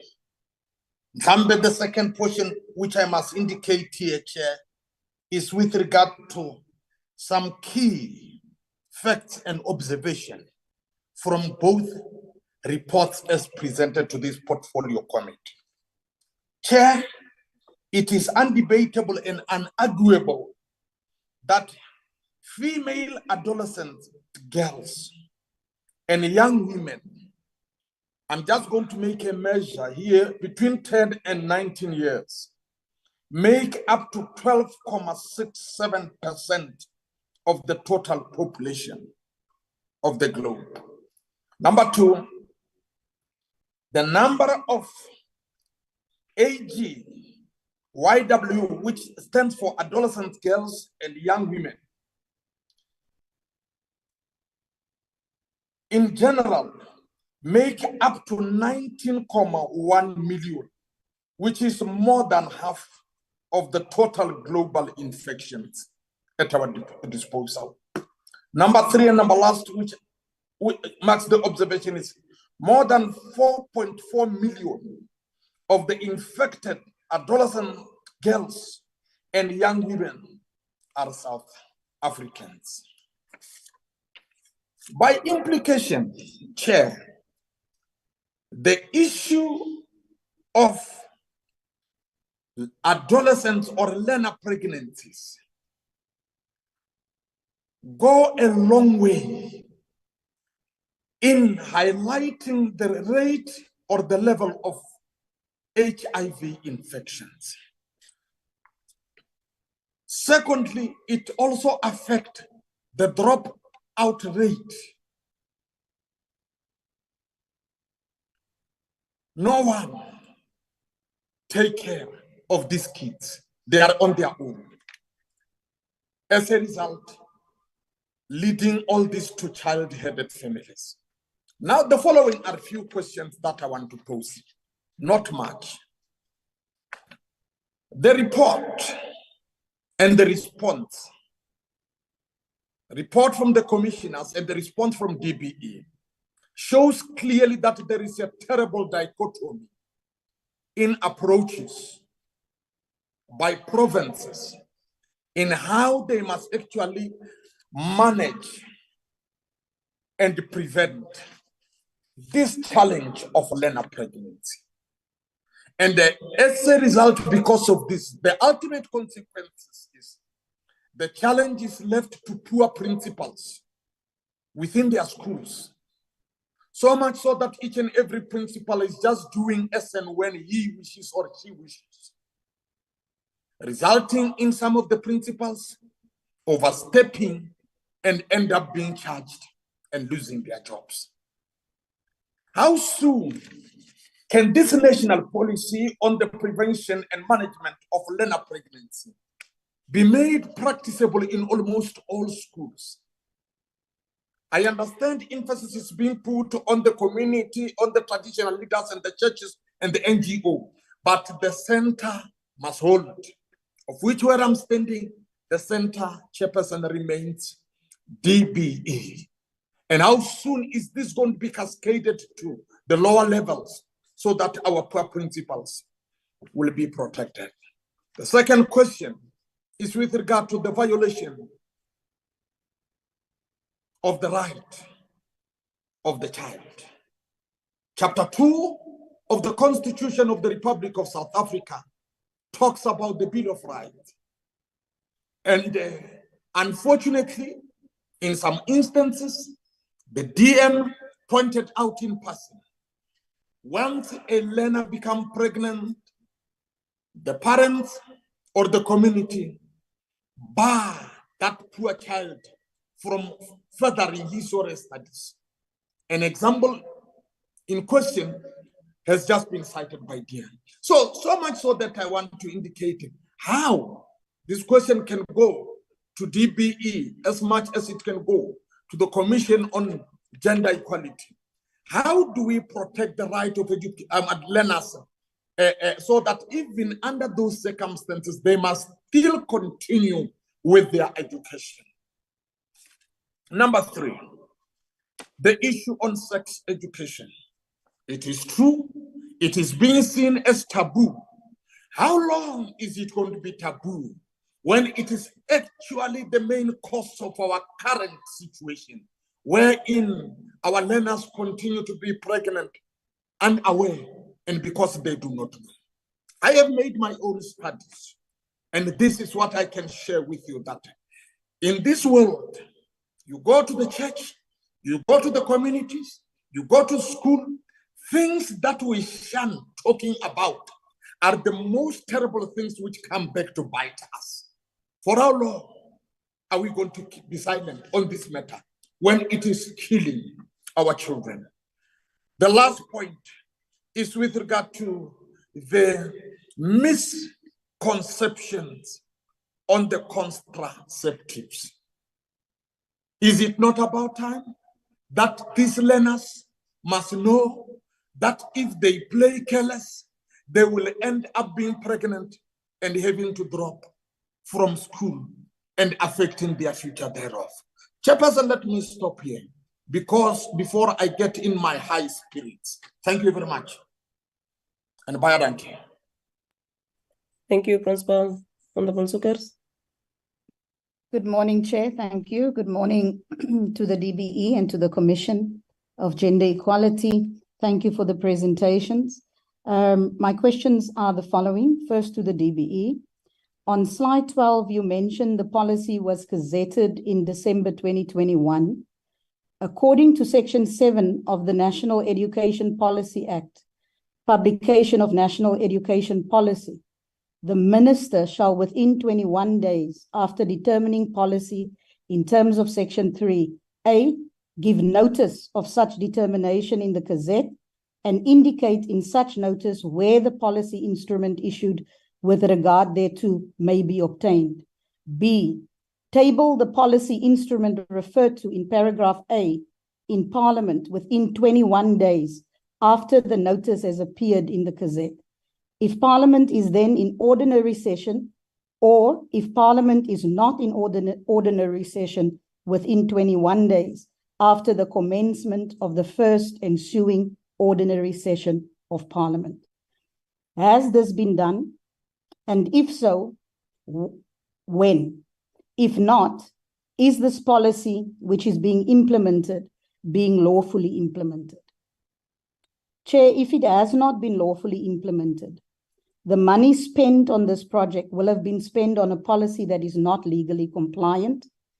And can the internal audit of the DBE and the Auditor General report on the situation?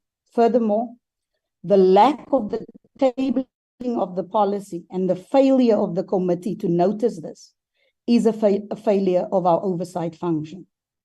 Then question 2, and it is both for the Commission and the DBE to answer. In July of 2019, the final report of the impact evaluation of a school-based sexuality and HIV prevention education activity in South Africa study was issued. Is the Gender Commission aware of this report? This 2-year study measured the impact of scripted lesson plans on the sexual activity of learners by testing the incidence of genital herpes infection before and after the implementation of the scripted lesson plans as an indicator of sexual activity. The conclusion was multivariate results demonstrate that the incidence of genital herpes was not statistically different between the intervention and control groups. And few outcomes from the study demonstrate that the revised scripted lesson plans, life orientation program, had a positive impact on HIV prevention and related behaviors. That is a quote directly from the report. This is clear evidence that the SLP program does not work based on their own research. Why has the DBE proceeded to fund a program that their own research showed as far back as 2019 that it has failed? Question 3, I want to confirm the following is in the policy and that these clauses will and are being implemented. Clause 3.1, the goal of this policy is to reduce the incidence of learner pregnancy through the provision of quality comprehensive sexuality education and access to adolescent and youth-friendly sexual reproductive health services. To provide sexual reproductive health services, including access to effective contraceptive technology, in association with social sector partners to enable learners to make informed choices, avoid unintended pregnancies, or, as necessary, to obtain abortions. This is clause 3.1, policy on the prevention and management of school learner pregnancy in school, and it was in the Gazette on the 3rd of the 12th, December 2021. Clause 6.1.5 says that principals, educators, and SGB members are expected, and I quote, to comply with and support the aims of this policy and its implementation. Clause 5.8, that no person within the basic education system, regardless of their position or role, will disclose information relating to a pregnant learner without their written consent. Question 4, clause 39 of the Bella Bill allows the minister to write regulations. Is there a task or a task group or a formal or even informal one that has been tasked to write these regulations? And if so, who serves on that task team? And if not, why not? As the minister wishes this bill to be passed in this parliament. Do these regulations exist even in draft form? And can we please, as a committee, receive these drafts? Question 5, comprehensive sexuality education was implemented. The DBE said parents who don't want their children to do comprehensive sexuality education should go to independent schools or homeschool. Is the minister willing to support the addition of a freedom of curriculum and assessment clause to Chapter 5 of the Schools Act to make that a reality? And my final question, a number of educators have sexually abused, impregnated, and then forced or tried to force a learner to have an abortion. Just one example from KZN is a KZN teacher who impregnated a girl and forced her to have an abortion. This was reported by Times Live in January of 2019. How many of these cases have there been nationwide in the last 3 years? And those conclude my questions. Thank you, Chair. Honorable Maltengozi. Thank you, Chair. Ndicela nje uveze ubuso ngibonakala. Ndicela ukucima kodwa because kuzoba i-problem. Ndiyabulela. Chairperson, let me welcome the presentation. Yes, greetings to the department and the officials, our visitors, the last but not the least, the honorable members of the Portfolio Committee of Basic Education. Molweni ngokulinga nayo.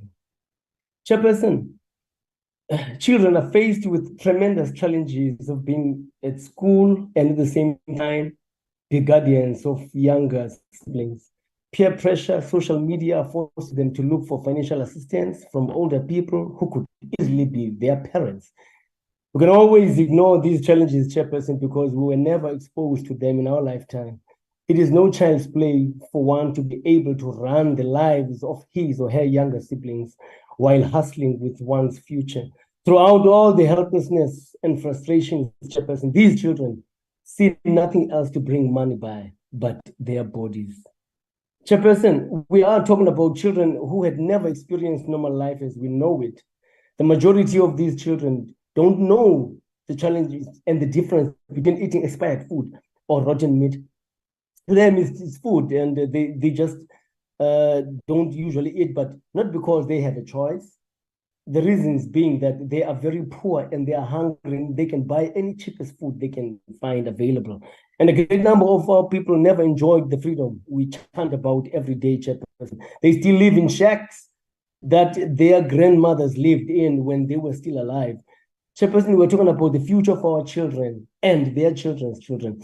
Now, Chairperson, what is the adolescent girls and young women, which is abbreviated as AGYW, do in our schools to mitigate the young people's pregnancies?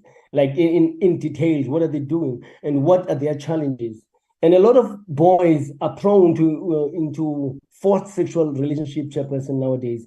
It cannot be a current research that only makes girl children vulnerable to GBV, and all the stupid, nonsensical behavior of older members of our society that are doing it to our kids. Actually, younger boys become victims of these young girls, and these young girls are also victims of these older women seeking dominance over young girls. How do we make sure that the commitment of the department of having young girls to stay at school and get equality education is done? What is the comprehensive pregnancy prevention? What measures have you put in place to make sure that the integrated school health program is doing its actual job? Chairperson, it's best to talk and put these words, on papers, but what are the academic support do you envisage in making sure that the pregnant kids do not lose out at school? Having the department coming up with a policy that will prevent and manage children policy, what have they done so far about the rate of youngsters in school and becoming pregnant at the same time? Have you enrolled and retained pregnant learners recently? What are the challenges while doing that exercise? And how do we expect kids making conscious, healthy, and respectful choices when the majority of them are from districts growing up in very poor families and very poor environment? With the department's promotion of sexual and reproduction health and rights with emphasis on abstinence and delayed sexual introduction, why is the department not coming up with attractive topics that are fully understood by the kids of that particular poor society? Challenges with the integrated school health program, Chairperson, shortage of transport cannot be an issue when it comes to the well-being of our future. We are talking about the protection of our kids here. We are not talking documentaries and movies. We are talking about our coming presidents, premiers, mayors, and all leaders from different disciplines. We cannot let our guards down, Chairperson, just because we know an environment is referred to as a rural, or it should be treated as a backward place. The folks from such places have shown how to live with utmost respect and dignity while having nothing to live by, and they have instilled a self-respect to their kids that we do not see in urban areas. And why the best of whatever the government can do is not done in places that show respect and dignity of Black people, like the rural areas. Thank you, Chairperson. Honorable Morwane. Thank you very much, Honorable Chairperson. I hope I'm audible, and greetings to your good. No, you're not. You're not audible. Is it? Today I'm having a challenge. I don't know. Now? You sound very far. It's the way this gadget has now joined the meeting. I don't know. Chair, still I can't be audible to the meeting? No, that is the network of Mpumalanga. It's a challenge. Let's try now. Okay. Honorable Chair, before I'm cut off, let me greet yourself, the DBE, Deputy Minister in the meeting, the entire team from DBE, and also CGE. Honorable Chair, I've got a few questions that I want to pose to both of them, the DBE and also the CGE. The first question being that, what has been the impact of the implementation of the policy on the prevention and management of learner pregnancy? Being my first question. The second question, what is the impact of the media in influencing children, and how can we create the consciousness amongst learners to discern good from bad influences from the media? How are the traditional leaders, that is the third question, working with the department through the learner teacher school, LTSMM in schools, learner teacher support material in schools? What is the rate of cases reported in relation to pregnancy of learners below the age of 16 impregnated by older persons? I believe I was audible, Chair. Thank you very much. I just hope at least they have managed to hear, but really you are not nicely audible. Honorable Van Zyl. Thank you, Chairperson. Good morning to everyone on the platform, also the Deputy Minister, the administration, CGE, and the members and guests. Chairperson, we all know that teenage pregnancies is not the best outcome for young girls wanting to, have a career and lifting themselves out of poverty into proper opportunities. So it is a very difficult topic. But nonetheless, I wanted to state that South Africa has faced high rates, obviously, of teenage pregnancies among learners, which can impact the educational opportunities and futures of young girls. Teenage pregnancies often pose barriers to education, leading to dropouts, as we know, and hindering academic progress, particularly for young mothers. Social and economic factors contribute to the problem, including poverty, lack of access to comprehensive sex education, and cultural influences. There's also pregnant learners that may face stigma, as we know, and discrimination affecting their mental health and well-being within the school environment. Chairperson, just a couple of questions. How is the department involving communities in addressing the root causes of teenage pregnancies?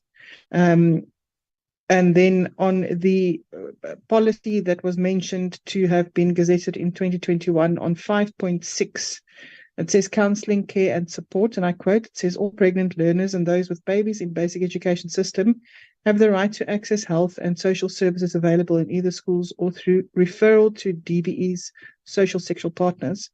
I want to find out what the referral in this document means to other departments, if they can unpack that, if it in fact means that they will take children to these clinics to be forcing them to have abortions. Thank you, Chairperson.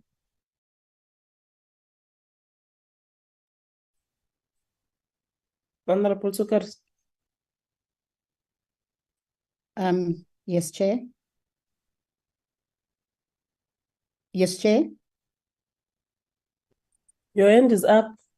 Thank you, Chair. I was not sure if you saw that. Chair, I just need to make one comment to the committee.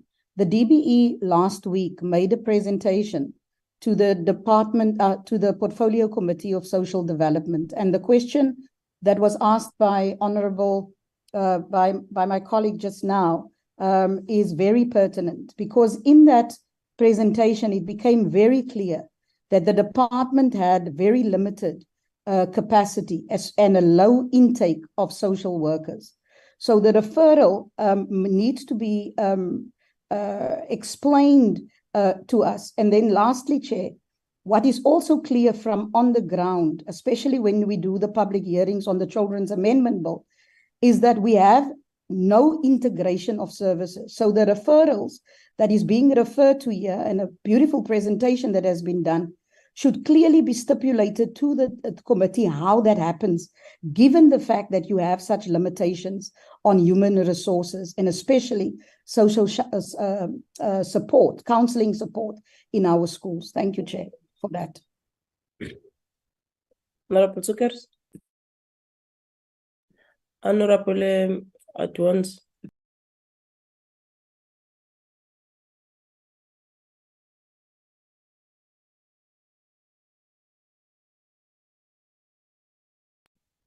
Honorable Adwans.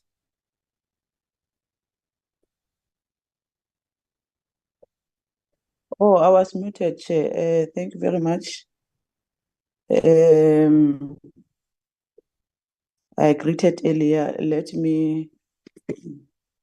I have a little bit of flu. I hope I'm audible now. Chair, let me also join the colleagues, honorable members, to appreciate and acknowledge the report, the two reports or presentations that were presented to us. I also agree that this is a very thorny issue that we're dealing with today, as honorable members have noted how it really affects not only the young people of today, but the future of tomorrow. And Also, the chain that is not being broken, mainly on the black child, those that are poor and the vulnerable ones, they are always the prey of this kind of a situation that we're dealing with today. Chair, I think we are all agreed that this is a societal matter. It is not something that can be dealt with by only the Department of Basic Education. It needs everyone to join hands, government, the society, everybody to be part of this problem that we're dealing with. When the comprehensive sexuality education was introduced in 2000, the teenage pregnancy was dropping gradually up until we received a report in January 2021 after the COVID-19 hit us for the first time, that it went up very high. And you'd remember it's a period whereby learners did not attend school. Learners were with their parents. Learners were at home. So it shows that a lot needs to be done at the level of a community or a household. So hence I'm saying we need everyone, to come on board to make sure that we deal with this issue. But we note the reports and the efforts that are put in place to address these matters, and I'm sure there'll be concerted efforts to also engage with our sister departments, more especially the Department of Social Development, and also the local government or COGTA, because I believe that some of the issues that are not being addressed, particularly in Eastern Cape and KZN, would need other stakeholders like the chiefs and other traditional leaders, to come on board, because some of the beliefs, even churches, they have their own beliefs when it comes to addressing this issue of pregnancy, more especially the teenage pregnancy. So, Chair, I would humbly request that as and when we speak, we must know that we are all responsible to address this issue as leaders in our own rights and in our different capacities. At our constituency level, we must use our resources to also talk to these young girls, to talk to learners in making sure that we assist the department to deal with this prevention of the learner pregnancy, and also,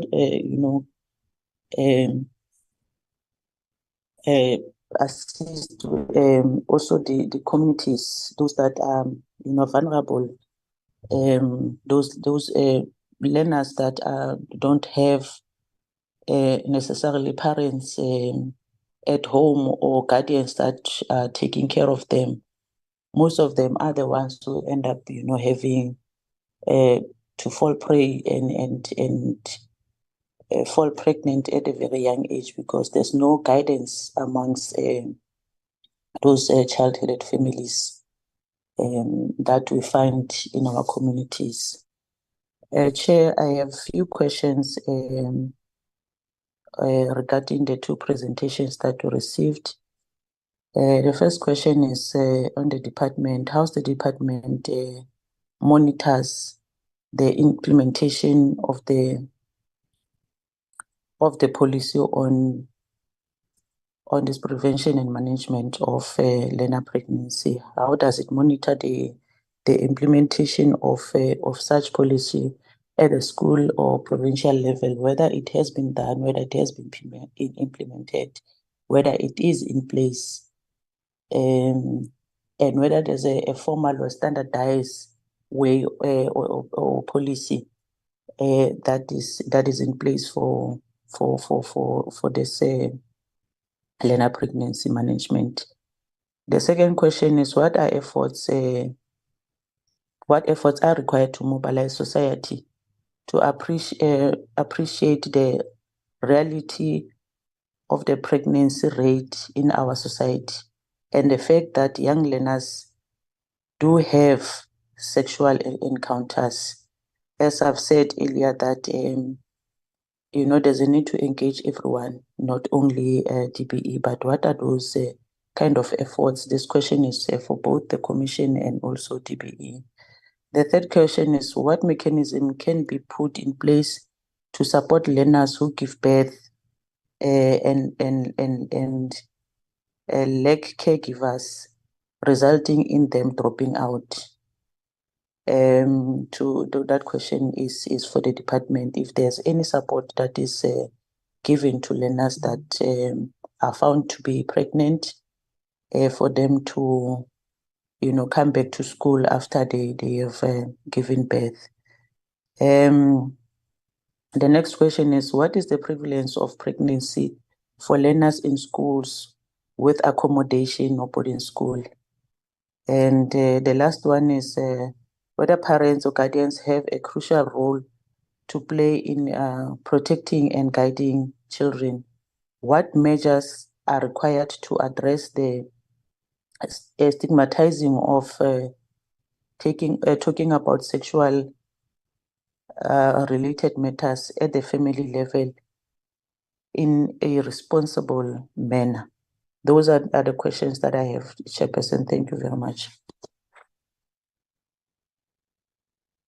No, thank you very much to all honorable members that have contributed in the discussion.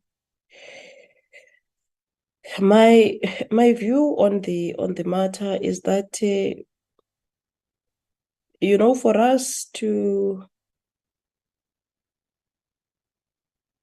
I think we would agree that the promotion of gender equality in the case of pregnant learners, it's compelling that the state must take more steps to ensure that girl learners are finishing their studies rather than dropping out without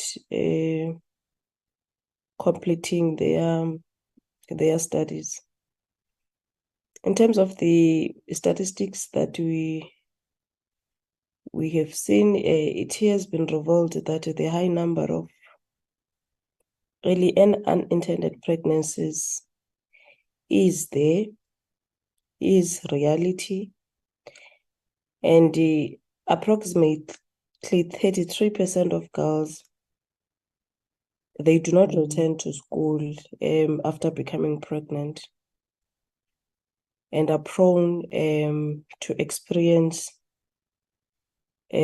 multiple pregnancies. And I think Honorable Adwans has spoke on the fact that the unfortunate part again is that we are speaking about poor children which are from poor communities and poor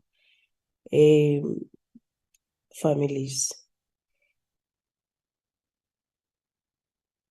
There are many issues involved also here, because there are issues of the HIV infections, which are a reality amongst our children between the age 15 to 24-year-olds, which are mostly in rural areas.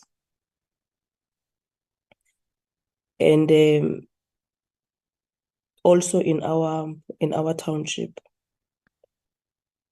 Now, the argument is that though there are ample health facilities in rural areas, and however, there are social standing principles of how teenagers should behave to avoid being a shame to themselves and their families, as compared to the issues of township where liberal teenagers easily get confused and contract HIV. I want to also propose that we probably have a joint portfolio committee next year when we come back, if we will have time, with Department of Health and the Department of DSD, so that we also get to understand their interventions on the issues, because like it is said, it can't only be the issue of basic education alone. It is emotional, it is hurting,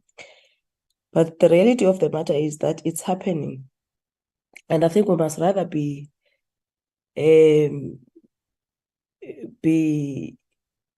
realistic that these are the challenges that are facing us, and what can we do to assist our children? What can we do to educate also our parents if instances of this nature happen in their households, how to handle it? It is a shock one, especially when the children are still at a school-going age. They get to be at shock, but also they take decisions that will in the future harm these children. And the reality is that not all families are comfortable to speak about sex education at home. But be that as it may, the issue of the abstinence, my question would be, how successful is the department getting the message through to the issue of abstinence, which I think it's a very good program for our children, especially boys. I think we agree there are issues of pressure. There are issues of peer pressure from the boys, which is a societal norm. The boys, how far are we getting through? The issue of orientation to sexuality, and with what organizations are you working with? What organizations are involved in assisting a boy child as well? Because as much as a person that gets pregnant is a girl, but there is a boy involved, and which, when the child is there, we don't really speak of, because we would only concentrate on a girl child and what happens during that pregnancy and after that pregnancy, and in most cases which affects the child that is unfortunately a girl. Honorable Moratsetla, your hand is up. Yeah, Chair, just a short one. I have learned something from this meeting, which I think I must share with you and everybody on the platform. Honorable Madlingos Ndade Ringo, when he started speaking, so that he should not be assumed to a ghost, he switched on his video and we were all able to see him. Then he switched off and proceeded. I wanted to emulate him. Thank you very much. I wish everyone can do the same. Bye.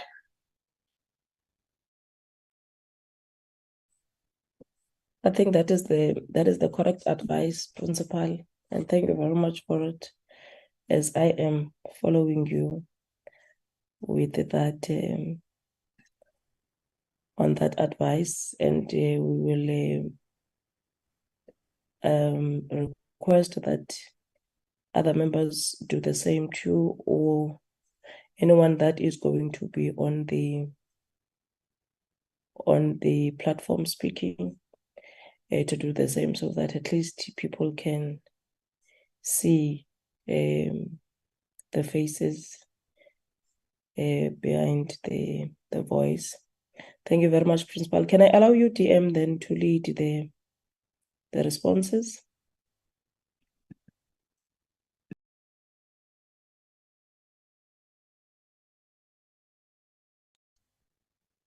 Those who are still in bed are in trouble. Those.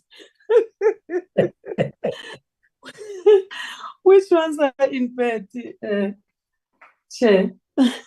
Principal? They are there in Limpopo, don't worry, DM.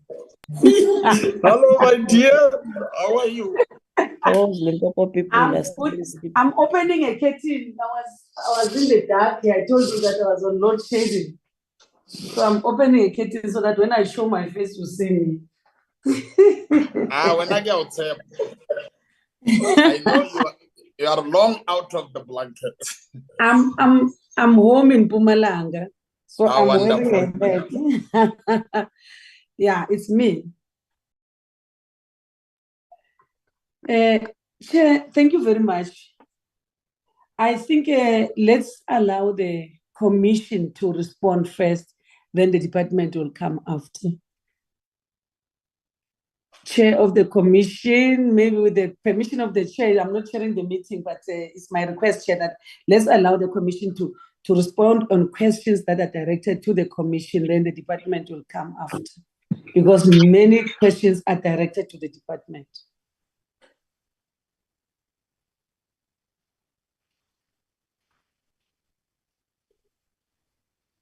Can I go? No, anyhow with me, it's fine. You can proceed, advocate. It's okay. Okay. Thank you very much, honorable members and my colleagues from the CGE. I will basically set the tone, but I'll allow Dr. Twalo in particular to respond to the specifics that are related to the study. My concern with the presentation from the department is that it is, I don't want to use the word unfortunate, but it is, because we are here, we came here, we're given a very glossy picture that we know is not the true picture. You know, in social work, in my previous life, I was a social worker, they say the presenting problem is never the actual problem. What we have been presented with here is a rosy picture of we've got this policy, we've got that policy, we do this, we do that. No. Bottom line, teachers are raping children. Grandpas are sleeping with children.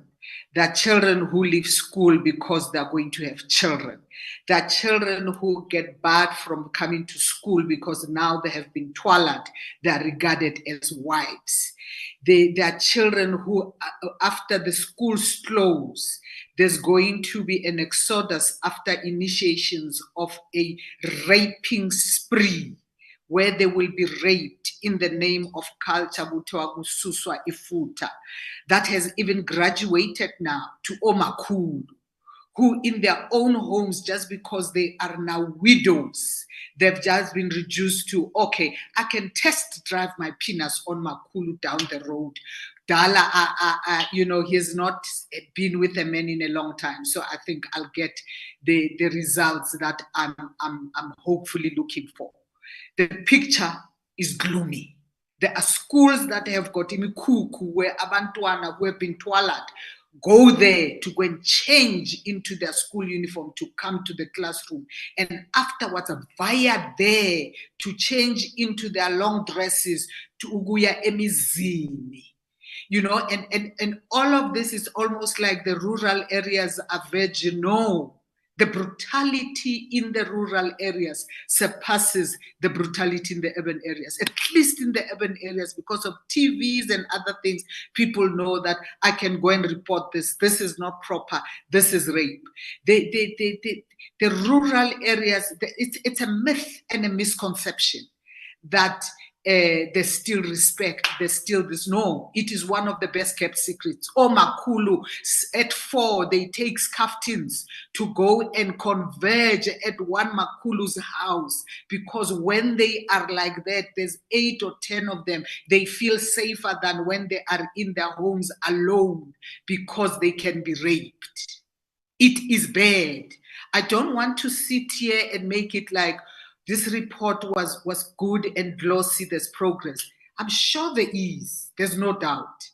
But I cannot walk away from here pretending that the situation is improving. If anything, it is getting worse. Just this week, we have had 3 or 4 institutions of higher learning where a 26-year-old wife was killed by a 30-year-old husband from a neighboring institution. It has become a war zone. It's just that with your high schools in the rural areas and far-flung urban areas and peri-urban areas, everybody is quiet. But the violence is continuing brutally and unabated. The teachers have made it their business to sleep with as many young girls as possible. In fact, we had hearings where we called SACE, S-A-C-E. It gets pronounced differently. And one of the people who came with the Department of Education was saying, there's nothing we can do when you go and investigate. And you hear that the day this teacher had raped this child at school, he then went to the child's home and spent time with the parents drinking alcohol. He bought them alcohol, and by the time he left, all was well. This teacher did not see this as grooming and as a wrongful predatory behavior. And that was the excuse why this teacher was still at school. The parents said afterwards and entertained the teacher, and the teacher brought food and alcohol. It is bad out there. There are teachers who are still teaching after 3-4 cases, and all of them, it is denied on a technicality. There's a possibility that there's 3 or 4 young girls, children who are HIV positive, or 3 or 4 children who will have to leave school because of this teacher who, on a technicality, keeps surviving the scrutiny, or where scrutinized, it's just shunned away. So I just wanted to set that tone to say our picture that we are picking up out there in the CGE is completely removed from all the policies, the list that was given. That is what is in the offices. Where those policies have been bound, they're gathering dust. Where they are in the computers, if we can go and download them, I'm sure the dates are 2018, 2019, 2020, or they are today's or yesterday's, because somebody was actually reminding themselves what the policies are saying. This presentation for me is not going to the essence of what is happening. We're cheating our children out of a future, and I do not want the CGE to be a part of that. That is why I felt let me put it out there that we as the CGE, we're not rejecting, we are saying that is the glossy picture gathering dust somewhere. The true picture that we're getting there, as I told you, are Abo Mahatebe who have to converge somewhere, are Abantwana who have to via Emukuku on the school premises to change into their uniform because some old men ubatwele, are children who now know what December, they are going to be used, ugususa ifuta on them, and that is normal. Their communities endorse it and condone it. Thank you.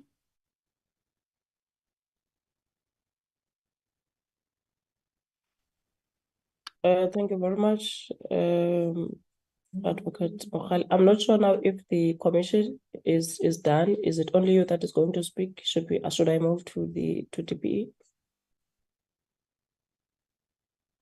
Sorry, Chair, you can move to Dr. Twalo to address the specifics. I was just setting the tone so that we don't go away with a misunderstanding that we buy into the report that has been presented. Okay, then that's fine. Dr. Twalo? All right. Thanks, Chair. Maybe just to add to the sentiments by the chairperson, I'm looking at an article here dated the 15th of July, 2022, Litaba Herald, it says more than 11,000 pupils in the province, Limpopo, are pregnant, and teachers and blessers are said to be responsible for most of these pregnancies.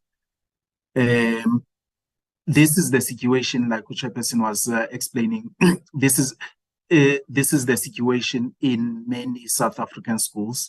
Yes, there's been a lot of good work that has been done, but having a policy and the implementation of that policy thereof are two separate things, or two different things, and hence in my presentation I was trying to emphasize the issue of the implementation of the policy, because the policy is good, but in terms of its implementation, it is still lacking. And the issue of collaboration among state entities, your SAPS, Department of Health, Department of Education, and all the other state institutions or government departments needs to be strengthened, because a number of things fall through the cracks, such as the issue of those who are responsible for statutory rape. They fall through the cracks as a result of the joints or the disconnection that is there among these departments. With regard to the issue of contraceptives and the challenges with regard to the uptake of contraceptives, as it has been noted, this is not just a Department of Health's issue. Yes, the Department of Health needs to play a leading role by default. However, this is an issue that is a societal one, wherein all the stakeholders need to play their role, because the issues of stigma, for instance, it is us as citizens who are perpetuating that culture of discrimination and stigmatizing other fellow human beings, or in this case, it would be your learners who are doing these some of these practices. So this is an issue that requires a broader societal issue, including the societal and cultural and religious practices that are contributing to these issues. I think, Chair, I can just hold it there for now, because most of the questions were related to the department. From the CGE's side, that would be all. Thank you so much. Chairperson, may I add something from the CG before we conclude? This is Dennis here. Yes, you may. Chairperson, there was a question around the mobilization of society to really highlight the issues of teenage pregnancy, the stigmatization. On the end of CGE, we have a public education information department. One of the things that we do under that department, we conduct outreach programs with various stakeholders in society. And this includes our schools, this includes the broader society, the civil society as well, wherein we discuss a variety of issues. And one of those issues center around teenage pregnancy as well. The different understanding from different cultures, we are able to demystify and clarify certain things that have been normalized in society. And then we are able to share our insights with communities. And we have often seen the reaction and the feedback from society to be welcoming such initiatives from the CGE. So what I'm saying, Chairperson, is that we don't only just research. Our research then feeds into the public education information, and then we have those outreach programs. Now, when we're at the outreach programs, one of the things that often came out in our dialogues is the fact that where a teacher is involved either in a rape matter with a learner, or is involved with teenage pregnancy, there are often those negotiations that takes place between the parents and the teachers in that regard, wherein such engagements result in either cases not being reported and the specific fee being paid by the teachers with the family. So that is something that normally in communities they report to say this is something that is quite prevalent and so forth. And then what we were able to deduce also is that for us to really address issues of teenage pregnancy in South Africa, we really need a concerted effort from all role players in society. Chapter 9 institutions, Parliament, and civil society broadly, and the community, and the South African Police Service. We need to have that concerted effort, because what we are seeing, Chairperson and honorable members, is a pure violation of the rights of children. And we know from the Constitution is very much clear that the best interests of the children are of paramount importance in every matter, and including this matter. So there is no way the country can come to a point where we say we are not able to control this. All role players need to come in and address that. And then there was also a question that was addressed to the Commission. Partly will answer this, though it was not addressed to us, is about the impact of the media in as far as influencing the behavior of children. Chairperson, we have not conducted a specific study as the CGE to answer this question with full confidence, but we deduce from our desktop research and some of the cases that we deal with, and we're able to observe that there is a certain influence that come with certain behaviors, not only on the end of children, but also from perpetrators themselves. So there is a degree of liability that the media also plays towards this issue.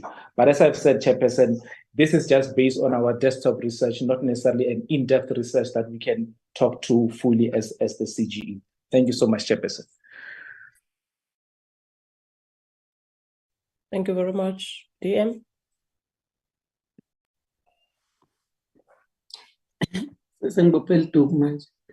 Thank you, Chair.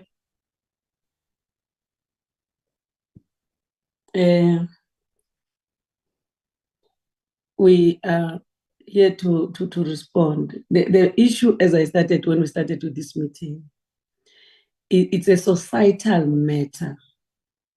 It's not a matter that you can put the Department of Basic Education in the hangpal alone. This is a societal matter. It begins at home.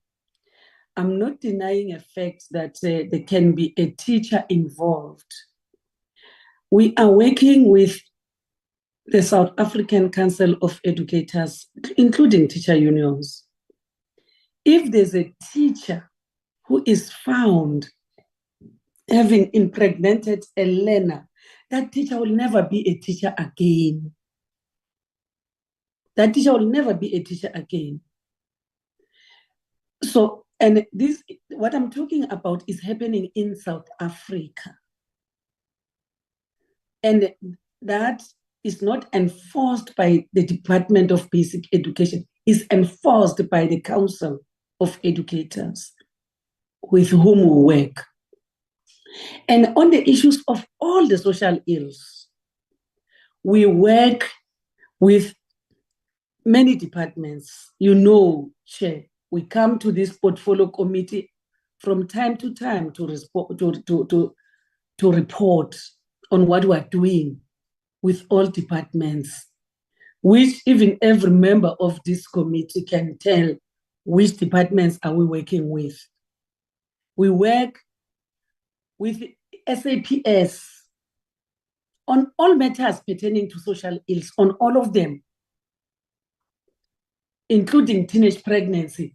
But we cannot say police officers go arrest a child that is pregnant. And we are saying, as the department, most of the time, because we are the ones that are always engaged with the children.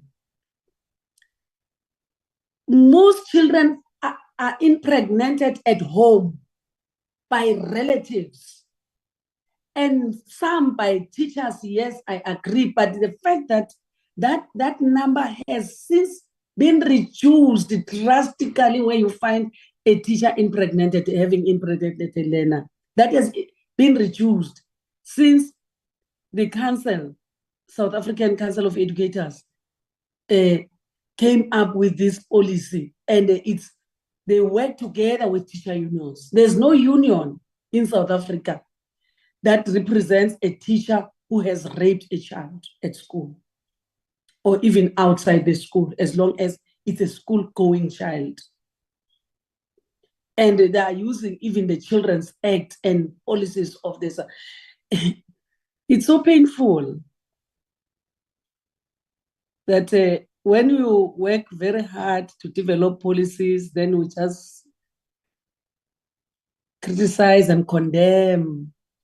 Colleagues, let's not condemn one another. Issues of the future of our children, as Honorable Ringo Mandlingozi has correctly put it, it's so painful. And it cannot happen that in the department, we don't care about the children, then other people care more than those that are in the department. We care the same, but there will always be gaps. And when a gap has been identified,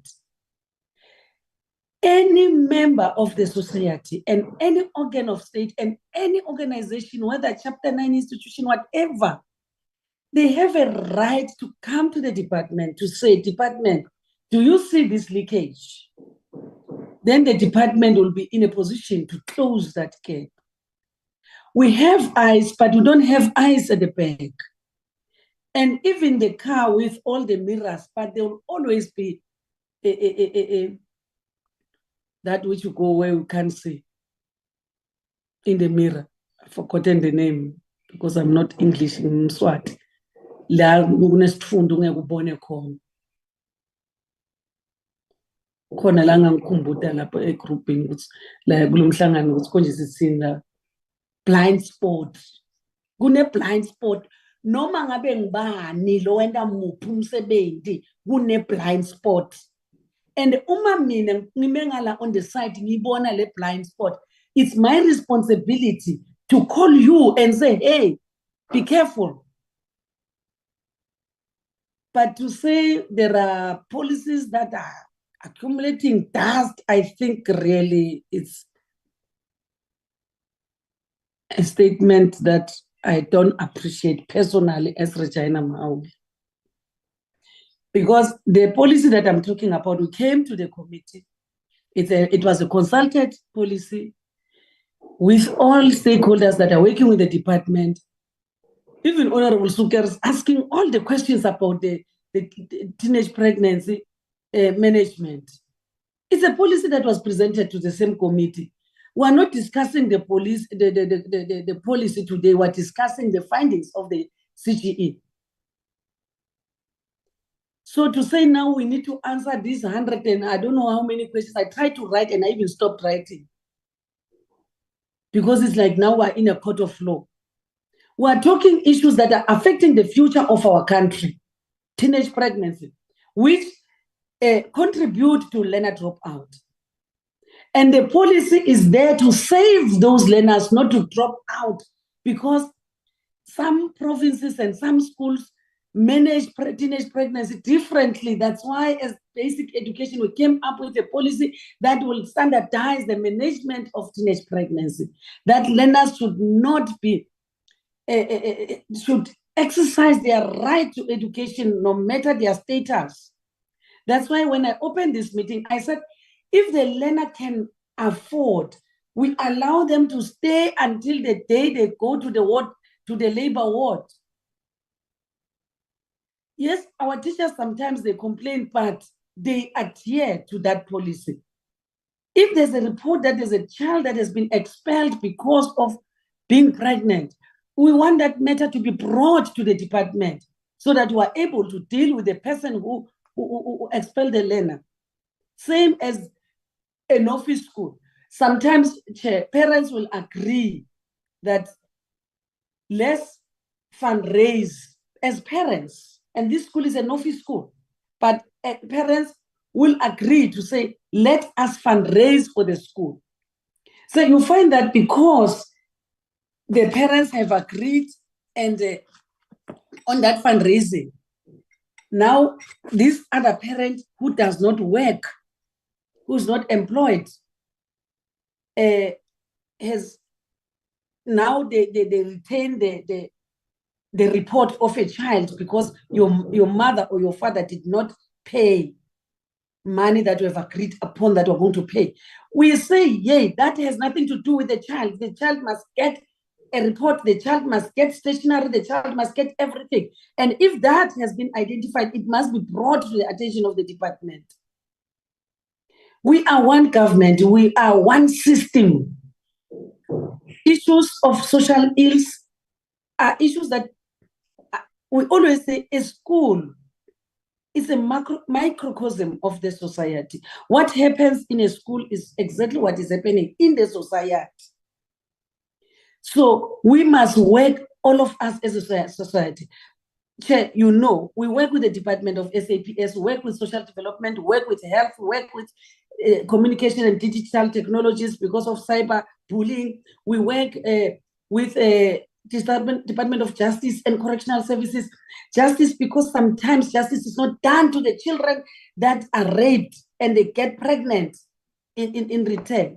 That's why we work with that department, and they are so positive. They are always there in all our programs.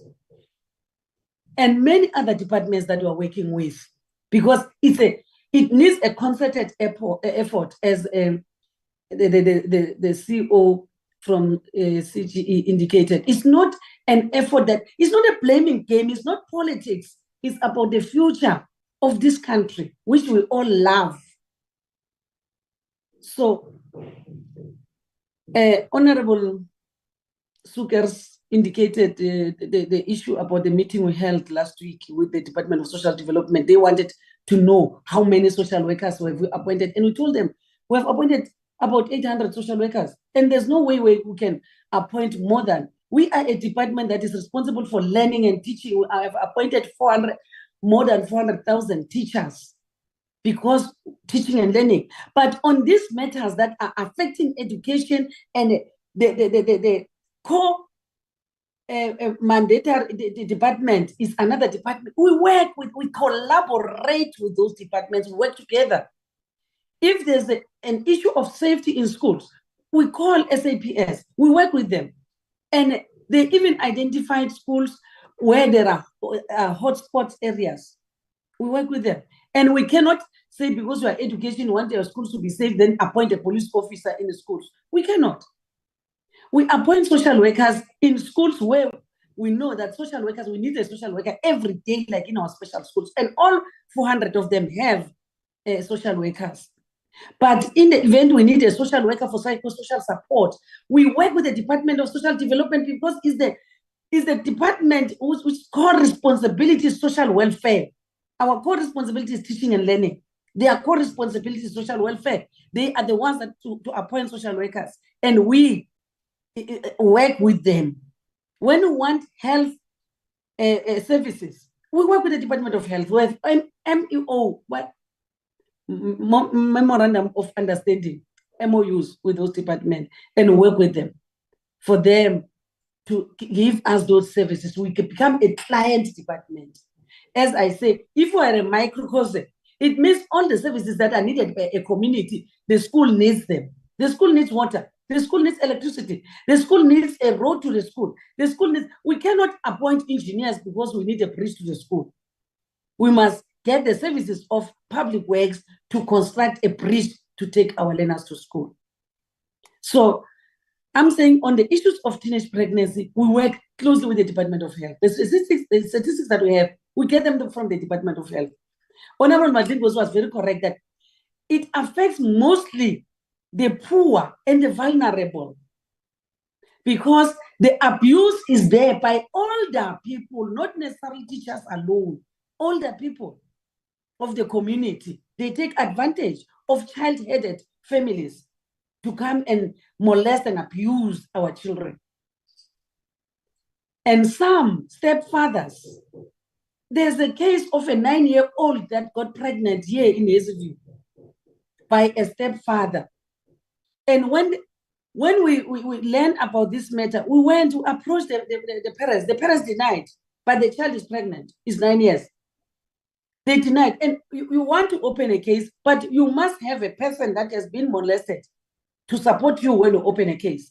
And if the child is denied by parents to say, no, if singam reporter, shut up. Families to shut the child's mouth so that you must not speak against your stepfather because your stepfather will tell you. So I'm not fighting, but I'm saying when we deal with this matter, let's work together. And we appreciate the work done by the commission, that e-commission now, yes, they can come to us through the portfolio committee, but they still have a right to come to the department to present their case, to present what they see, what was a blind spot to the department, which they saw. They have a right to bring that to the attention of the department so that we work together as to how then can we help? Because what we need to do is to help the South African future, which is the child of South Africa, which we all love. But I didn't want to start. I normally don't start, but I got a bit triggered. Let's allow DDG, acting DG, to respond and the team on all the specific questions. I will then conclude in the end. Thank you. DG.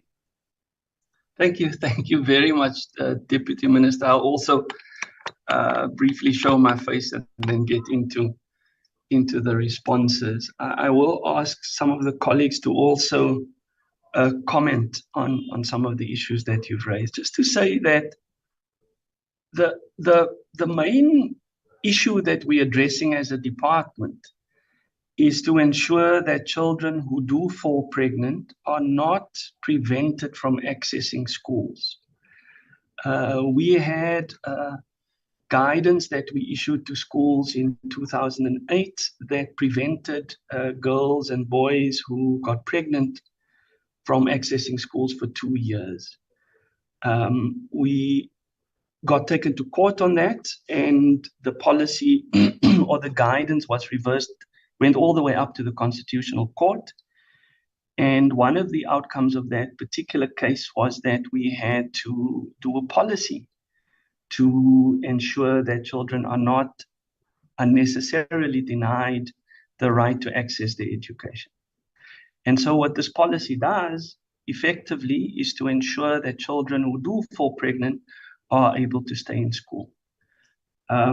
We currently have 75% of all children who get pregnant, all girls who get pregnant, stay in school. And like Deputy Minister has explained earlier, and I think the chairperson has mentioned this as well, around 70% of girls now return to school. And that's critical for us because firstly, if they return to school, they're less likely to get a second pregnancy. We know that if they don't return to school, they are more likely to get multiple pregnancies. We, in the Hey Baby study that Ms. Nokama's referred to in our presentation, most girls return within 2 months, they return to school. And that's quite a positive development for us. And the challenge is, and I think the CGE is right, that the challenge remains how we coordinate support across government.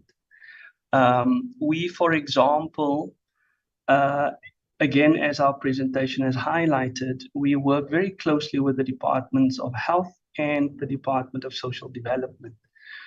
And we have a three-way MOU that is signed between the three departments, and each one of us commit to provide certain services and to render those services in schools.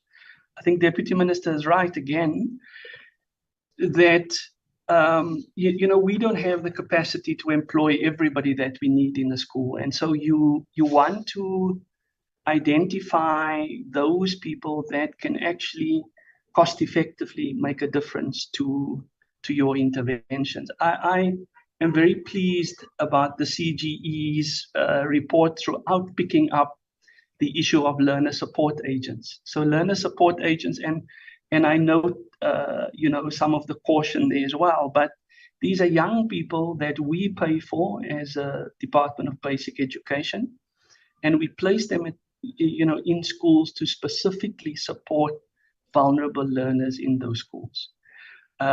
We work with them in terms of how do you refer, and it brings me to the point that I think Honorable Van Zyl and Honorable Soekers made.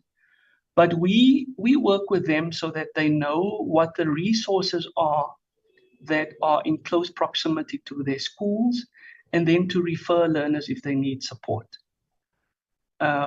So when we talk about integration of services, and Honorable Sukas, you are partially right in that this isn't a perfect integration of services, but we, for example, and the Deputy Minister leads this particular intervention where we have jamborees in communities. When we go and have those jamborees, we take NSFAS with us, we take the Department of Home Affairs with us. If you don't have an ID, you can go and obtain an ID. If you don't have your birth certificate, you can apply for it.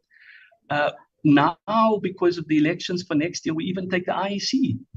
And that for me is a wonderful example of how you can actually integrate some of the services that we offer to our communities. In terms of the integrated school health program, there are certain services that we provide directly in schools, and again, it's integration between health and education and social development.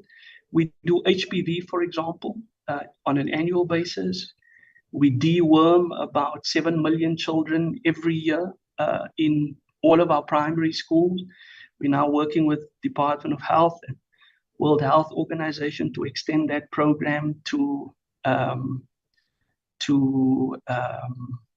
ECD centers. And so these examples aren't perfect, but they are examples of how we can work with sister departments to support the work that we do. And again, you know, to come back, honorable members, to the issue of our cooperation with the Department of Police. Again, not a perfect relationship, but certainly a relationship that works for us in many instances, where a principal is linked to a police station. If something does happen, the principal can pick up the phone, call the police station, and the police will arrive and support that school. And there's many instances across the country where we've built those kinds of relationships. The issue, Honorable Deputy Minister has dealt with this issue of teacher misconduct, and certainly there are many teachers that make themselves guilty of misconduct, abusing learners, sexual abuse, corporal punishment.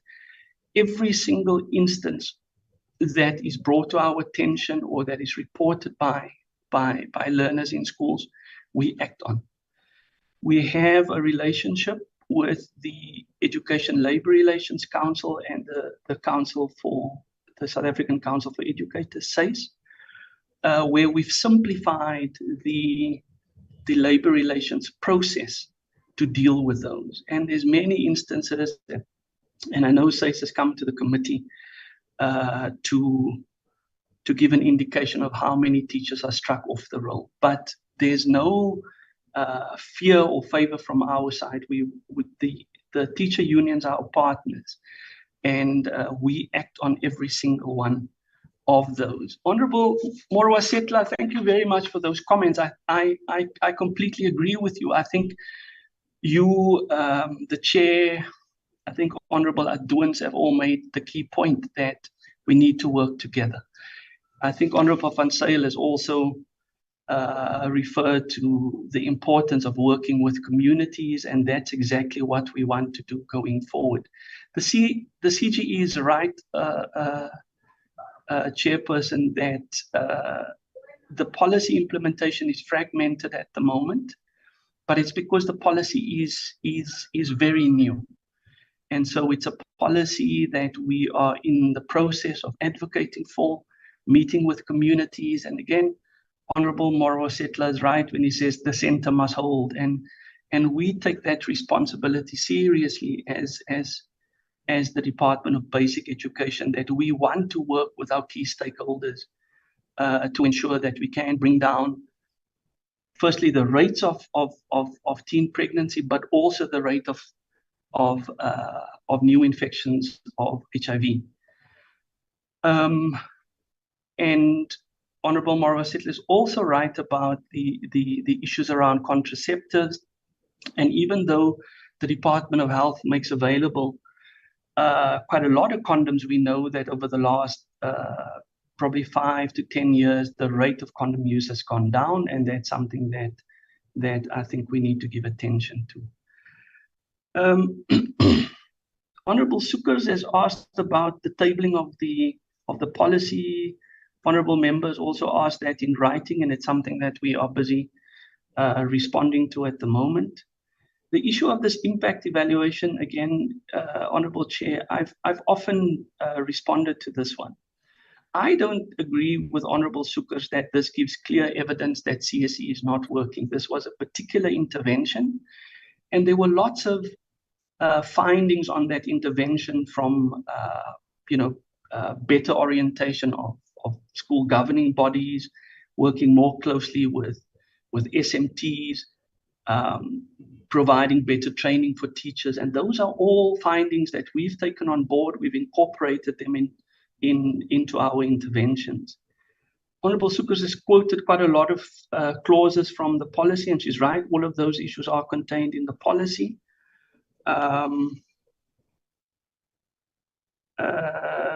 Comprehensive sexuality education is part of our curriculum, our national curriculum. I think we've explained this often. And educators forcing children to have abortions. Unfortunately, I don't have any details of such cases, Honorable Member. Honorable Madlong Gozi has asked what measures are in place, and all of those measures are contained in the policy.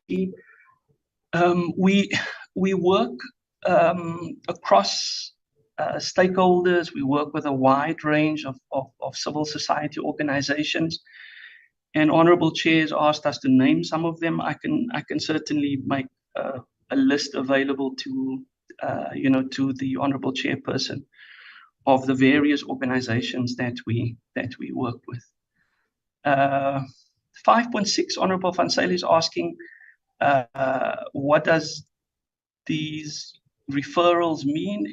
It simply means that there's a lot of organizations, Honorable Member, who are working with us to provide psychosocial support. And in this particular instance, that's what the policy is referring to. It's got no relation to termination of pregnancy. Honorable Adwins, again highlights the issue of working together as communities to address these very complex issues.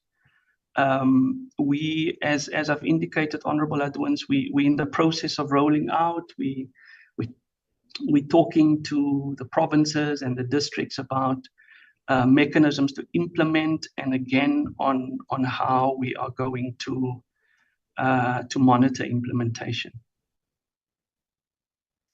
The mechanisms the Honourable Member asked about to prevent dropout. Certainly one of the key issues that we want to address is learners dropping out of school because they fall pregnant. We're encouraging young women and girls to stay in school for as long as they can, obviously with medical guidance, and then to return to school as soon as they feel capable of returning. We do know that the provision of childcare is a major factor in facilitating that return. And again, now that we have ECD as part of the responsibility of the DBE, that's something that we are addressing with our colleagues working in that area as well.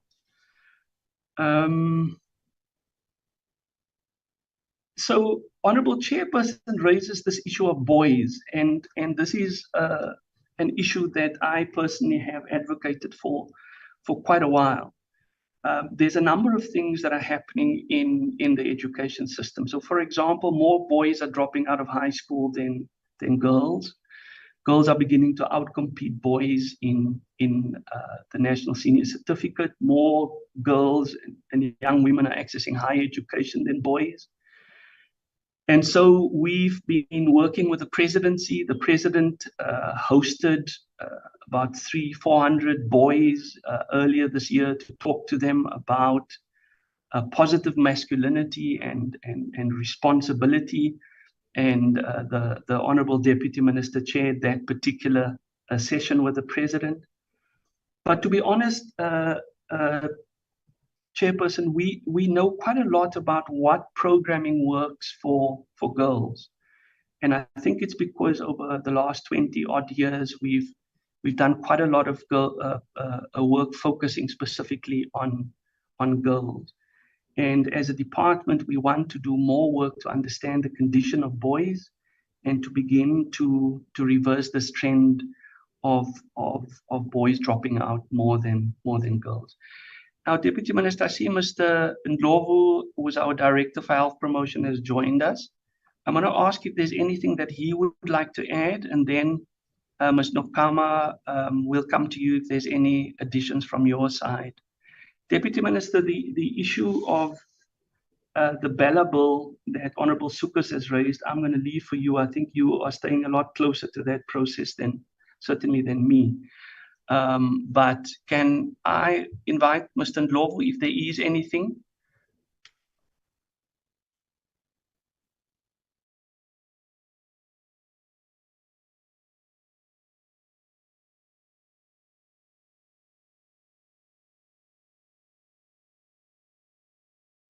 Okay, it doesn't seem like Mr. Ndlovu's got anything to add, or he's struggling to unmute. Oh, okay, go ahead. Okay, thank you. So I'll just maybe add 4 points in terms of like the issue on the dichotomy of provinces implementing the policy differently, as you rightly indicated, to say it's a fairly new policy. So there has been dissemination that was presented.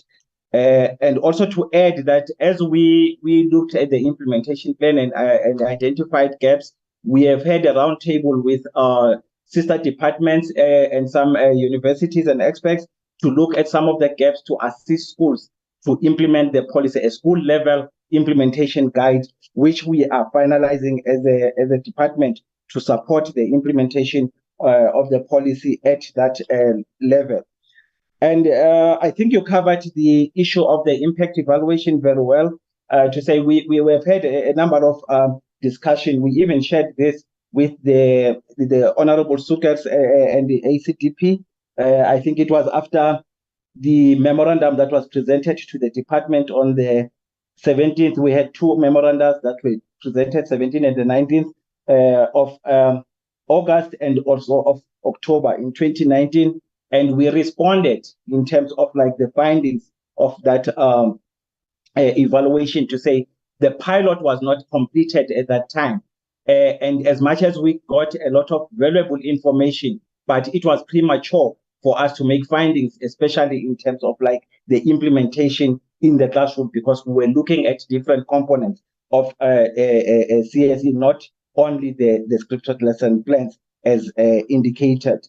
And then the next one that maybe I will touch on is, before I get to the impact, is the one that was raised on the referrals, to say, as DM rightly indicated, to say, as a sector, our core mandate is teaching and learning. So we don't provide services as education, like social services and health services. So we work with our sister departments and partners that are providing these services as identified through the CS process. So when we identify issues through the CS process or they are identified through the integrated school health services, because we don't provide services. So these partners and the department will use our integrated school health policy package to say, for these services, we can't offer them in the school. We need to refer to clinics. So the referrals are not necessarily by the Department of Basic Education, but this we refer to health and social services, as the DG has alluded. And the last one is on the impact, to say, is there any impact that we have noticed as a department in the implementation of the policy? Since the policy has been disseminated in provinces, we do get direct communication from communities where learners are being expelled because of pregnancy. But we have intervened in most of this, and we've seen these learners being able to sit for examinations or else be reinstated into the school where we have intervened. As the DM has alluded to say, we are busy with the road shows, we are still advocating for the policy, but we have managed to save some of these children and get them back to school. Thank you, and over to you, DG. Thank you, Chair. Thank you very much, Mr. Ndlovu. Anything from you, Bosisa? No, DDG, thank you so much. I am covered, but I do appreciate the fact that the meeting has acknowledged the importance of the joint steering by the Department of Health, Department of Social Development, the Department of Justice, and other departments. Thank you so much. Over to you, DG. Thank you very much. Back to you, Deputy Minister. Thank you so much, Acting DG. Chair, if we want to win this battle, we need to work together. Like I say, when we're addressing issues of social ills, we work with traditional leaders, we work with religious leaders, we work with all sectors of society. We are in the road shows, we covered some provinces, we are left with few, but we encourage MECs to take the process forward, because it cannot be led at national level. It still needs to be led at a provincial, district, as well as circuit level and at a school level. We work with, there's a question that was raised by Honorable Morowane about bringing people together. When we speak about the QLTCs, they start at a school level. The committee that is responsible for quality learning and teaching campaign. And in that committee, it's so inclusive that SGP members are represented, school safety committees, councillors, and everyone, religious leaders, faith-based organization, all of them, regardless of your faith, but all faith-based organizations are part of the QLTC to make sure that we bring good morals in schools, because the morality in the society has decayed. So we are trying to work with all sectors of society, that we bring back the morals in schools, but obviously we must bring it first in the society and the community in general. That's why we work with it, with traditional leaders and all of them, business people, we work with them, would appreciate the commission. And we welcome the work that has been done by the commission on this study. And even in future, when they want to make a study, the department has opened its hands that come, let's work together. We work with civil society through what is that? I've forgotten, but all, because committees of civil society are too broad. When they are broad, we find that sometimes 256 civil society committees. So they are gathered together by our agent. Did you remind me what we call them? SANAC. Is it the SANAC TM? Not SANAC, the one that we even used to build sanitation projects. Oh, it's the NECT, Deputy Minister, National Education Collaboration Trust. Yes, thank you so much. We work with NECT, work with Human Rights Commission. That's why with Human Rights Commission, we have quarterly meetings with them. Would appreciate even the Commission for Gender Equality if that let's work together. Like I said, there's a hindsight. There are places where you can see as a human being, and even yourself as a person, you would want to see yourself. You will never see yourself, even if you want to. You will only rely on what the mirror tells you, who you are and how you look like. But another person, when he looks at you at close range, is able to see things that the mirror cannot show you. And we welcome criticisms as a Department of Education, because they have a base where they come from, and work on that. That please come, let's work together, because we are not just doing justice for the department, we are doing justice for the future of this country, the children, especially the poor and the vulnerable, especially those living in rural areas, especially the child-headed children, because we know that some communities tend to abuse them because they know they have no one to tell their story to. So I have opened our hands, including members of the portfolio committee. We work with you, and what I love about the portfolio committee, when you criticize us on what we're not doing right, but you even recommend solutions. That's the way to go. We cannot wait and say, let them do wrong, I'll show them. Let's see the wrong, come with a better solution, because it doesn't mean that when we are given a particular portfolio, then we are a master of everything. There's no master of everything. Not to say that we are here because we know everything or can see everywhere and everyone. No. We need people who will help us see and take South Africa forward. Thank you so much. No, thank you very much, DM and the team from the department. And thank you very much, like we have said, to CGE too. So your hand is up, and I think we are about to close this matter. Yeah, Chair, I just want to, on the record, say, Chair, that the department did not answer my question. And I want the committee to note, Chair, that the question that I asked on the tabling of this policy was one of 3 written questions. The other were answered on the 26th of September, but it was answered inaccurately, I must add. And now the department failed to answer the questions that I've asked them. It's a basic question and simple to address. The DBE can check the ATC and surely has a policy on acting legally when promulgating policy. So they must have a paper trail. So I just want the committee to take note of that failure. Thank you, Chair. Okay, that is noted. Thank you very much, DM, Acting DG. Advocate Mokhale, thank you very much, and your team, for the information that you have shared with us today. We appreciate it not only as the members of the committee, but we appreciate it as parents. Sorry.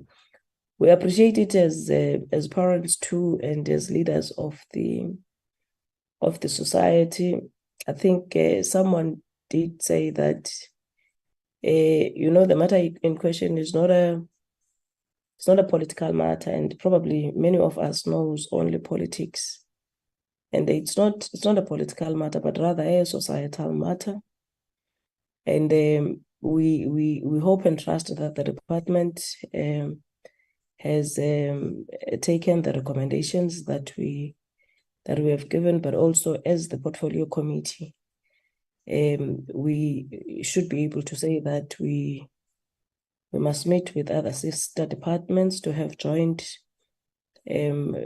committees so that we are able to share. But the issues of benchmarking, with other countries as well is very important for us to know what other countries are doing, what are their mitigating factors when something like this do happen.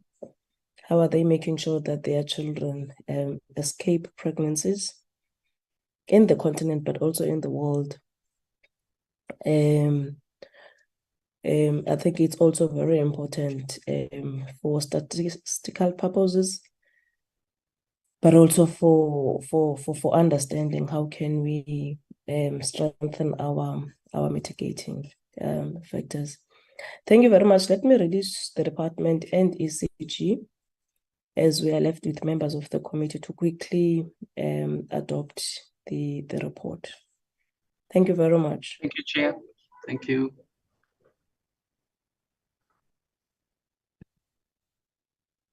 Thank you, Chair.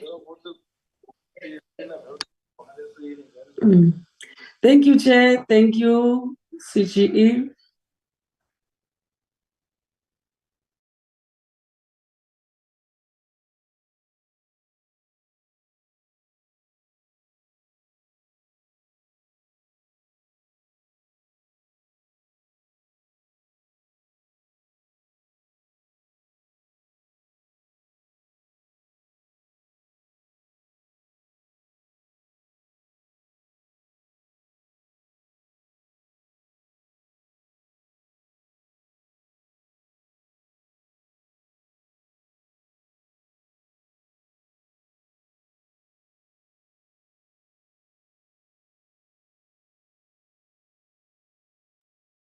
Thank you very much, members.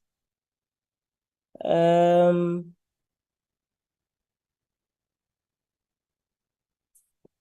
this report, did you send the one on the 8th and then the other one on the 18th, or what is happening? No, Chair, just the one report has gone out to all members. We sent it out on Friday last week. I've just changed the date to the 14th because it'll be the date that we adopt the report, Chairperson.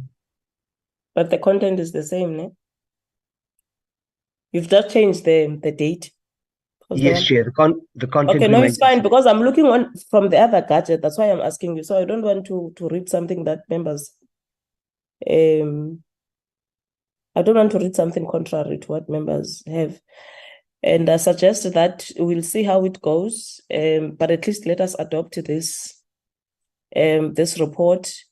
If we can't adopt minutes, then it's fine because there is a sitting at 2 o'clock.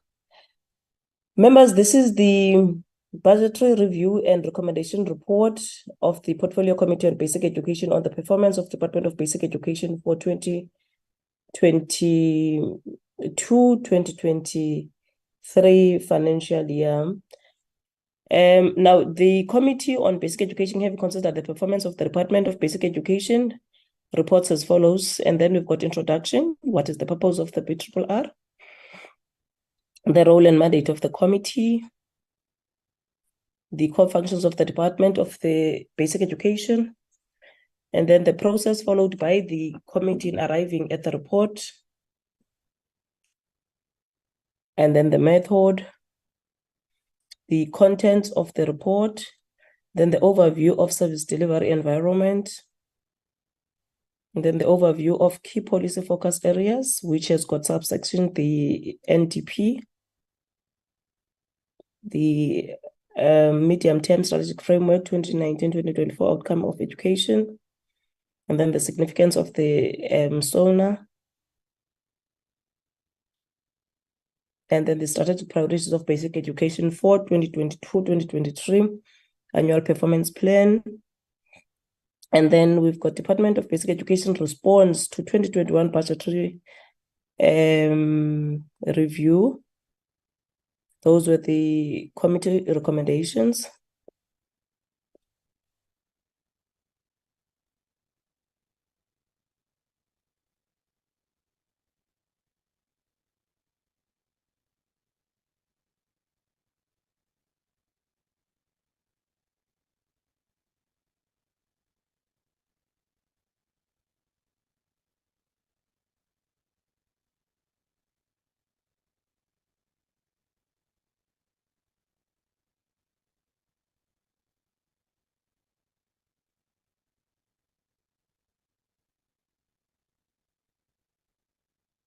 We're still dealing with the committee recommendations of both the department and its entities.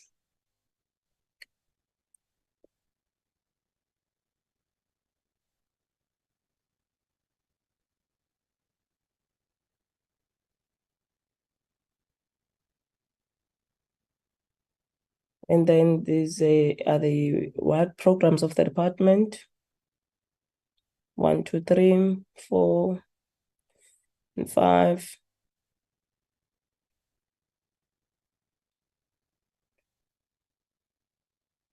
the program's purposes,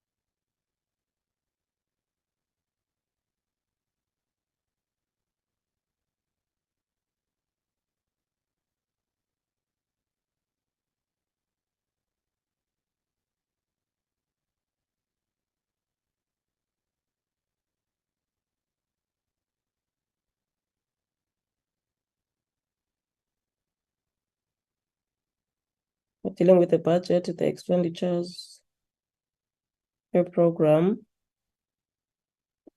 And then here we've got the observations from the committee.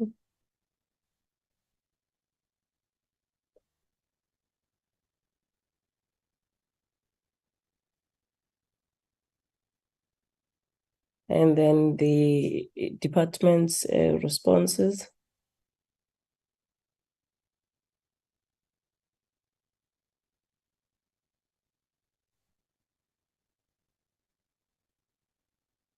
The Auditor General,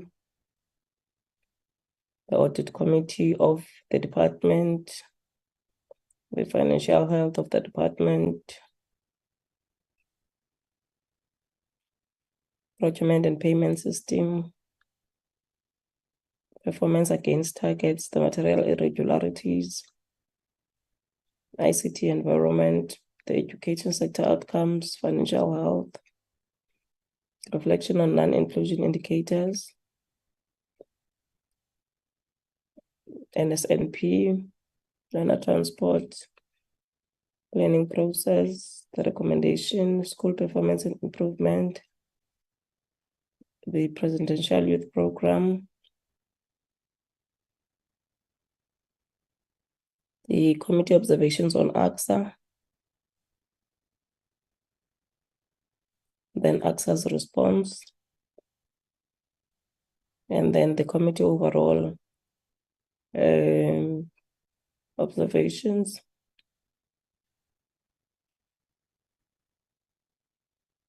Progress in respect with targets.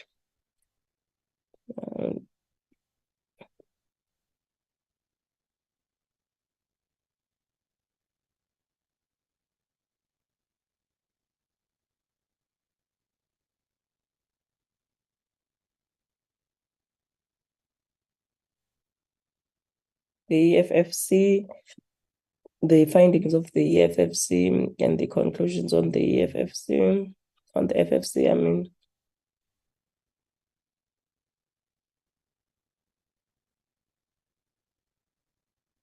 And then the committee's observations on FFC and the responses from FFC.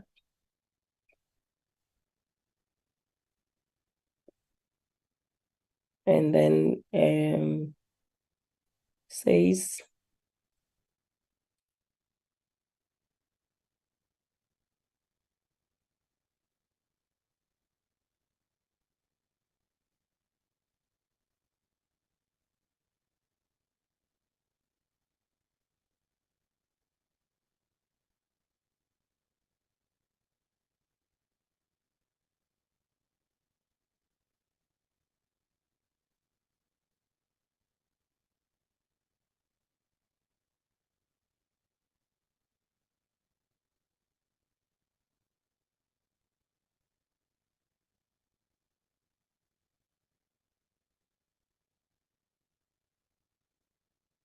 Malusi,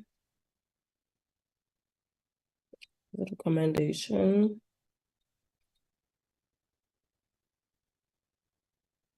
The committee's recommendations on Malusi. And then says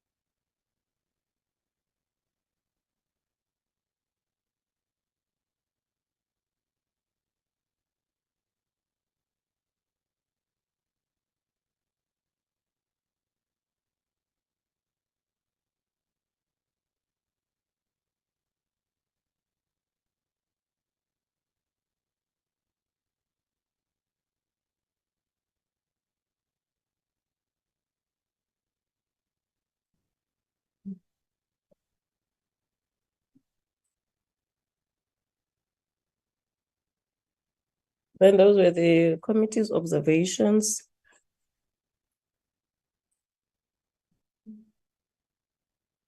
And says responses.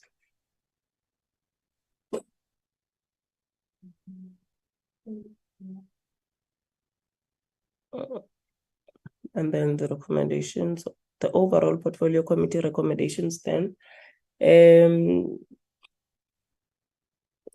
Llewellyn, can you just go to the overall?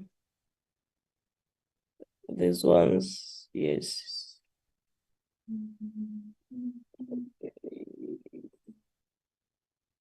Thank you. So based on the observations made from inputs received from AXA, internal DB audit committee, FCC, Umalusi, and says the portfolio committee recommends that the minister should ensure that the Department of Basic Education consider the following recommendations. The minister should develop comprehensive ICT model to address inequalities. The minister should implement all recommendations of HG and update PC on implementation in a quarterly basis. The minister should prioritize non-infrastructure grants. The minister should develop plan to expand coding and robotics. The minister should prioritize implementation on MTSF targets 2019 to 2024. The minister should approach National Treasury to increase funding for ECD and ICT development. The minister should address the ECD, learner transport and nutrition matters in the programs of the department. And then that's the report which is meant to be corrected. Any corrections?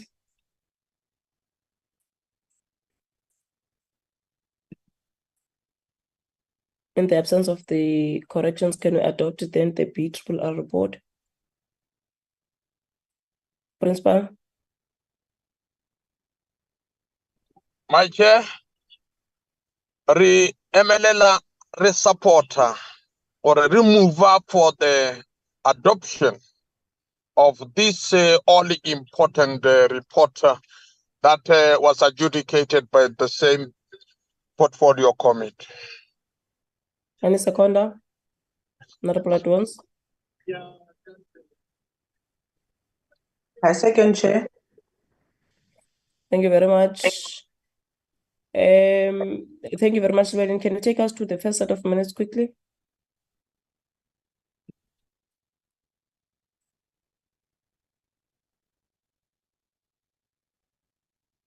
Thank you very much. This meeting was on the 31st of October at 9:30. It was Zoom. We had a briefing on the status of NSNP by DBE, KZN, and Eastern Cape Department of Education. Page 1 is the attendance, and page 2 from the department, and page 3 from the Eastern Cape, KZN, and our parliamentary staff. We had opened the meeting and welcomed everybody and welcome the provinces. We have spoken on the Springboks. We had spoken on the issue of the Bella bill that is proceeding to the NCOP. And then the agenda was adopted by Honorable Morwa and seconded by Litsie.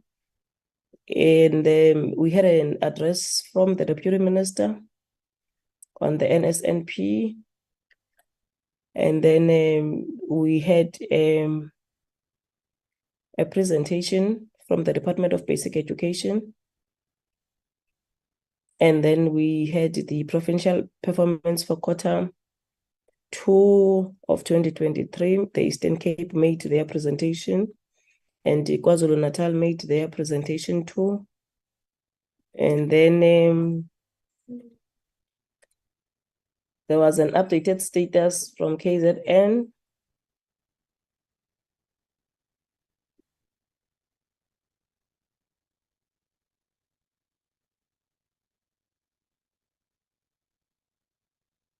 And then the Eastern Cape made their presentation too. And then we had our own observations and questions as members.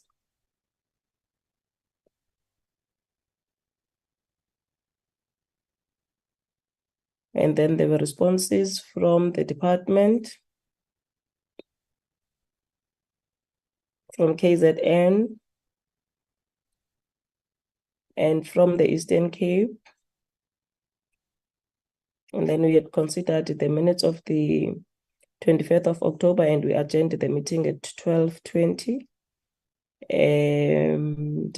Any corrections? In the absence of corrections, can we adopt the agenda? I mean the minutes, sorry, the minutes. Principal?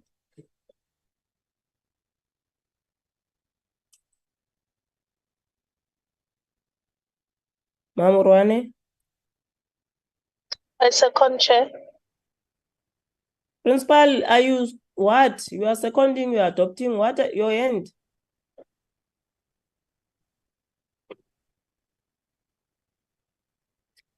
Can somebody, can you move Mamurwane and somebody seconds? Okay. Chairperson, I move for the minutes to be adopted. Thank you. Any seconder?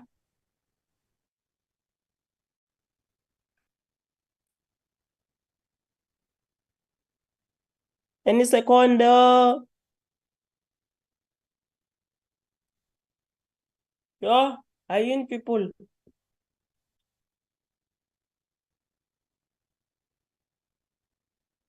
Honorable Madlingozi? Thank you, Chair. Second. I'm in the bus, it's noisy here. No, thank you very much. I don't know what is this one doing. We can't hear you. Just unmute your phone, please, Principal.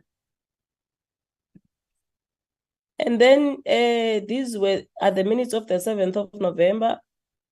It was virtual. We had an engagement and consideration on the petition, which was delivered by the petitioners on who are Nokolo Mfokwa from Govo Collective, on KZN Limpopo and Eastern Cape on the pit latrines. And then we had considered and adopted then the reports, the fourth quarterly report 2022-2023, and the first quarterly report on 2023-2024, and the minutes of the 31st of October, page 1, is the members that were present, and page 2, the officials from the department, and from the petitioners from the other 3 provinces. We had opened the meeting, and the agenda was moved by Honorable Ngobo and seconded by Honorable Van Zyl.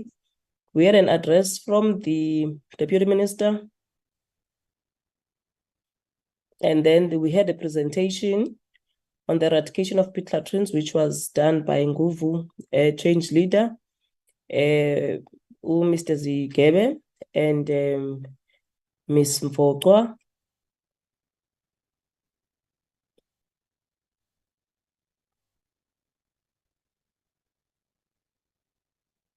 And then we had a presentation by the Department of Basic Education on the update of ASIDI and SAFE.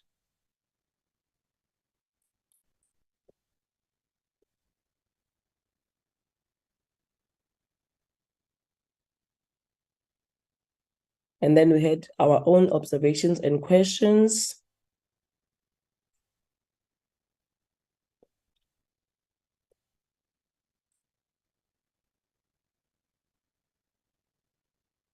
And then the responses which were led by the department from the DBE, led by the Deputy Minister. And then we had Eastern Cape responding. We had KwaZulu-Natal responding. We had Limpopo responding.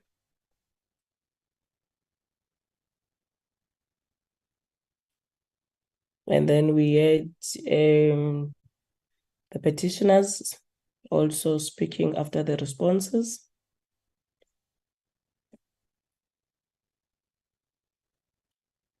And then those were our recommendations to the department and the PEDs.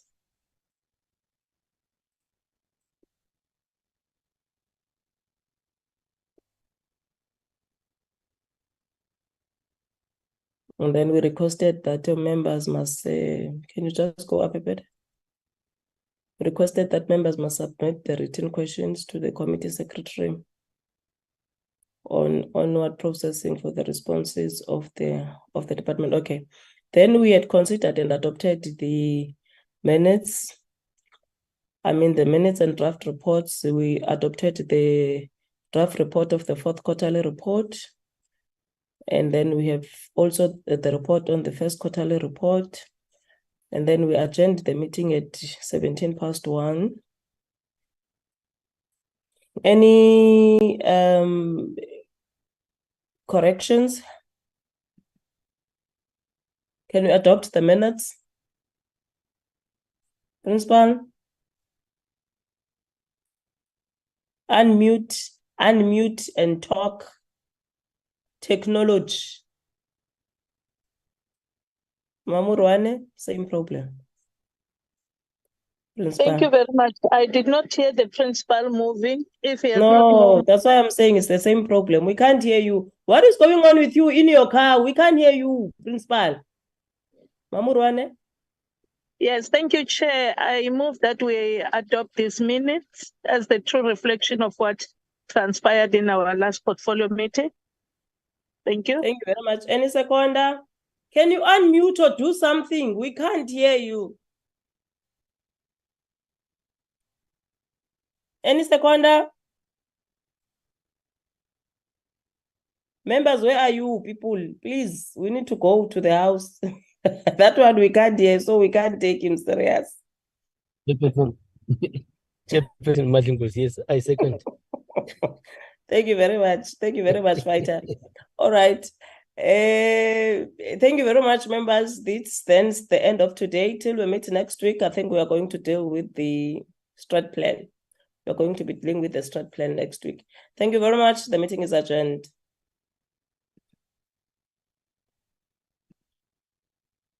Recording stopped.